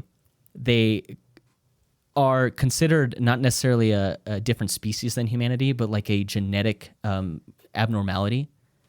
And as their evolution progressed and humanity's evolution progressed, we decided to kind of like take on like tools and stuff to modify the nature around us. And so I think they call it the crucifix conundrum, whereas humanity grew and built structures that had right angles and straight lines and geometric shapes, and vampires can't comprehend that because that's not how they evolved. And so that explains why a crucifix can like combat them, because it's full of right angles. Neat. So it's kind of I like that, It's dude. a really cool scientific explanation behind it, and it's just amazing. I don't want to get too much into it because I want people to read the book, and I don't want to like spoil too much. But it's just a really cool little bit. All of this kind of stuff is explained in a very scientific way. So they call them vampires, but they're not like your fantasy, kind of, goofy shimmer in the sunshine vampire. They're like very scientifically explained. And that just like threw me through a loop. I was like, this sounds like a very technically, scientifically sound book. And then all of a sudden there are vampires in it. And it is amazing. It's a great read. I like that. Yeah, it's Blindsight by Peter Watts. I absolutely adore this book. It's pretty short too. This is not a long read. It took me like 11 hours to get through it. Oh, not bad. Yeah, it's a great read. I 100% recommend. Nice. Well, sports dudes, Jaden, coming over here. All right. I've been watching some Olympics. I watched skateboarding in the Olympics, which I think is super, super awesome for the skateboarding community. I mean, I grew up skating. It's a new event this year, right? Yeah, it's first time in the Olympics. So growing up, everyone has this ideal of who skateboarders are and what they represent, which is like rebellious, pot smokers, fucking teenage kids who spray paint shit and, break the rules, man. And like the X Games kind of represented that. And I think that having the Olympics kind of changes the perspective on that a little bit. This is a competitive sport. It's not just, skateboarding is an artistic activity, and it always has been, always will be. And skaters take anything that they see and can turn it into an obstacle for them, which is awesome. But to put it into like the way they formatted it in the Olympics, I thought was great for the community of skateboarding, and I think it's gonna make it more legitimate than like what it ever has been. It's not just going to be like, I watched the interview with Jagger Eaton, who just won the bronze over in Tokyo. He's from Mesa, Arizona. He did an interview with Pat McAfee, and Pat smokes weed, and so he asked him. Right. Obviously, he's like, so Sha'Carri, she wasn't able to participate because of marijuana. He's like, was that an issue with skateboarders? And you can tell on Eaton's face, like, come on, man, like, is this really like how you see us? Like I'm a fucking Olympic athlete. Like I'm an Olympic medalist, we should be dude. celebrating them as athletes, not yeah. kind of dragging this I persona love Pat that they McAfee. have. Like I watch his show all the time. But I thought that question was a little ignorant for sure. And he did right after you asked, he's like, sorry for being an ignorant dumbass there. It's like dragging a stereotype. Yeah, which is ridiculous when it's a fucking an Olympic sport. And I think that that's awesome. And I hope it changes perspective on like how parents see skateboarding, especially. Because like a lot of times see their kids starting to skateboard, like, hey, I don't want you hanging out with that fucking crowd. Like, it's a sport, dude, and it can be viewed that way. And I think it's good. Yeah, no, I love that. I thought it was really cool, and it was announced as it was going to be an event that was added. I think, it's not only is it great for like that community to kind of change this rotten persona they have for like no reason. Yeah. But it's also, it's not for no reason. Well, but I think lately the majority of people getting into it are not like. Yeah, I mean, Tony Hawk really changed perspective on skateboarding a long time ago with how he made it competitive, because it started out as rebellious teens doing like fucking skating in pools and shit. The idea that this kind of ideology or persona of like something that took place in like the late 80s and 90s is still carried over to like 2021 is ridiculous. Yeah. Like, these are peak athletes. Yeah. Who are doing, and by the way, shout out to Jagger Eaton, fucking won a bronze medal on a broken ankle.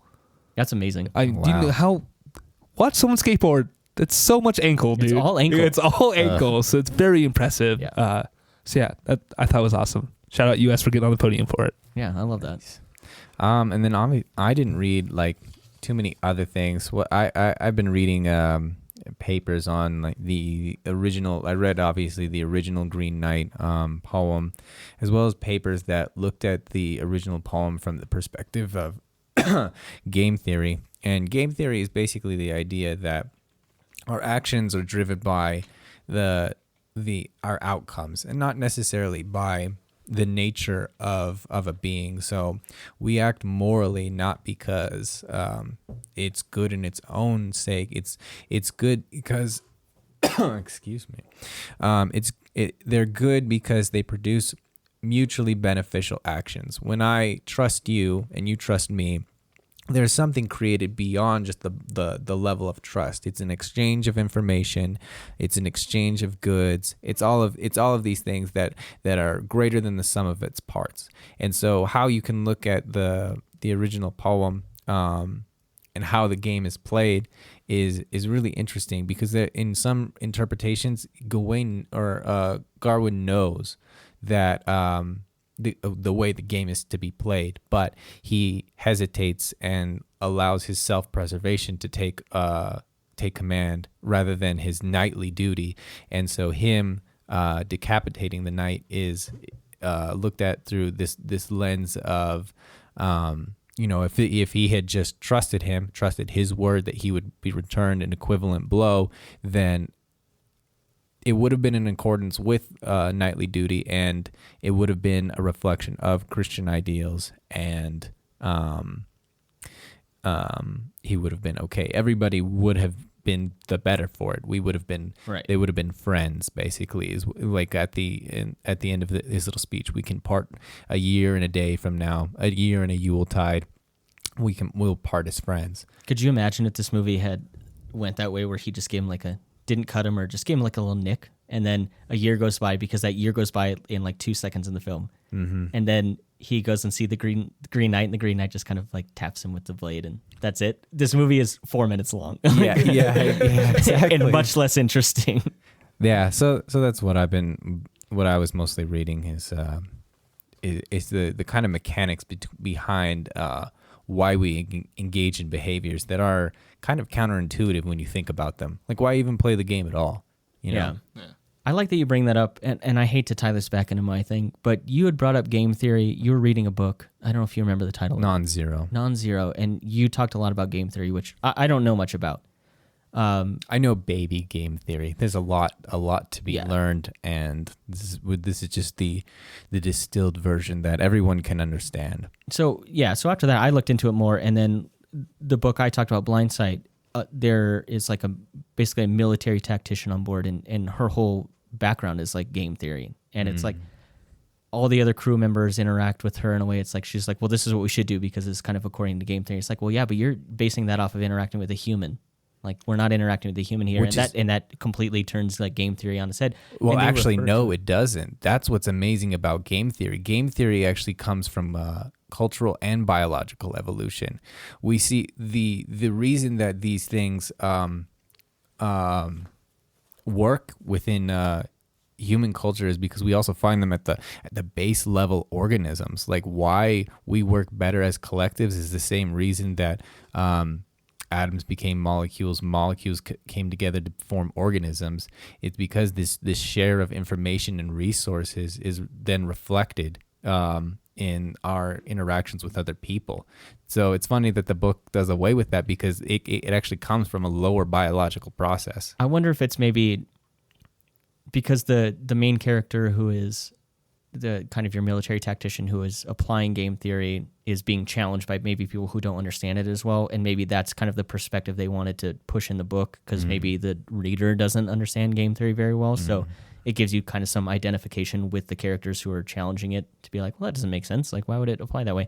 And that's probably why I said it turns it on its head, because I don't know game theory very well, so it totally makes sense to question it. Why would that apply to some extraterrestrial life you don't know? Again, I'm sorry to steal your thunder.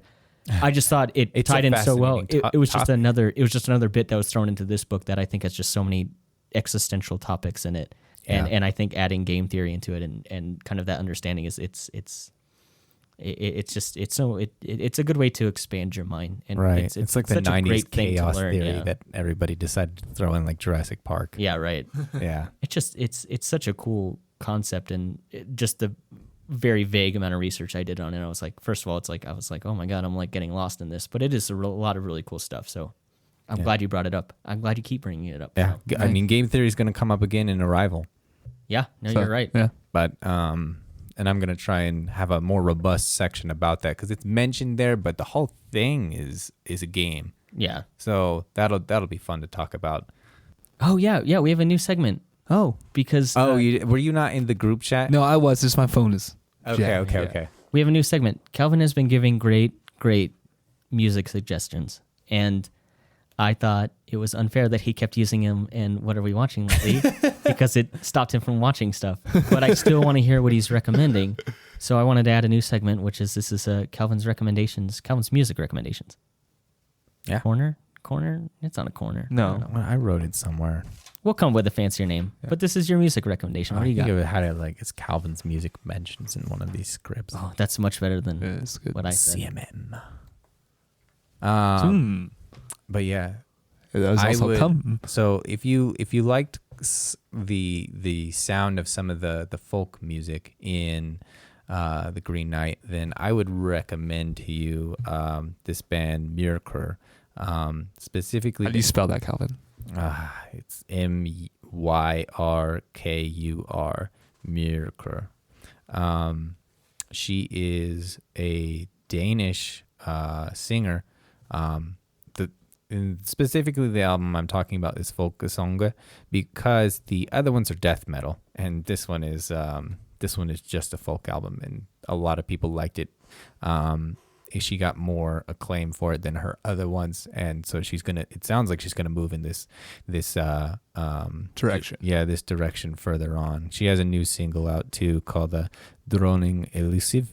Can I put a link for that? Yeah. Is there a video? Go for it. Okay. I don't know if there is a link or not. I'll find it. But I'm sure there's like at least a clip or something on there. But yeah, just wonderful Scandinavian folk music with a wonderful vocalist. Yeah. To just let everyone know, I do listen to what you recommended. You talked about Willow Smith's album lately, I Feel Everything. I listened to it. I don't love it. I just love her voice. The music itself is simplistic, but her voice is very wonderful in a punk sense. It's very teen angst album, I think, and it's very. She's 20. Yeah. So. And it sounded like early 2000s Paramore, but worse to me. Yeah, I like 2000 Paramore. So I just like seeing like her evolution as an artist, and that's why it's not as an album. It really stands out to me as being exceptional. It's watching an artist go through all of these weird transitions that from genre to genre are wild swings. Yeah, I will say you're that. Not going to see in anyone else, really. I can't think of that many other artists that like to shift genres like this, and she's doing it all at the age of 21 now. And it sounds like I'm knocking it, and I was, but I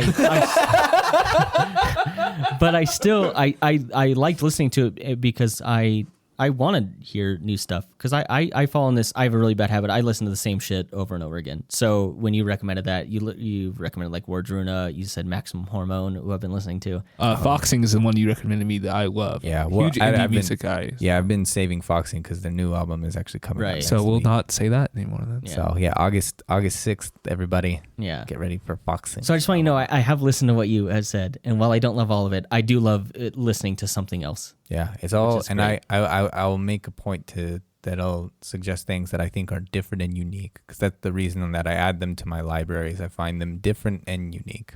That's why you get your own segment here, dude, because it's great. I love it. It is good. All right, and with that, you've been listening to Now This Is Podcasting. I'm your host, Connor, and I have my co-host, Jaden, Yee. and former guest, Calvin. Well, thanks for having me back.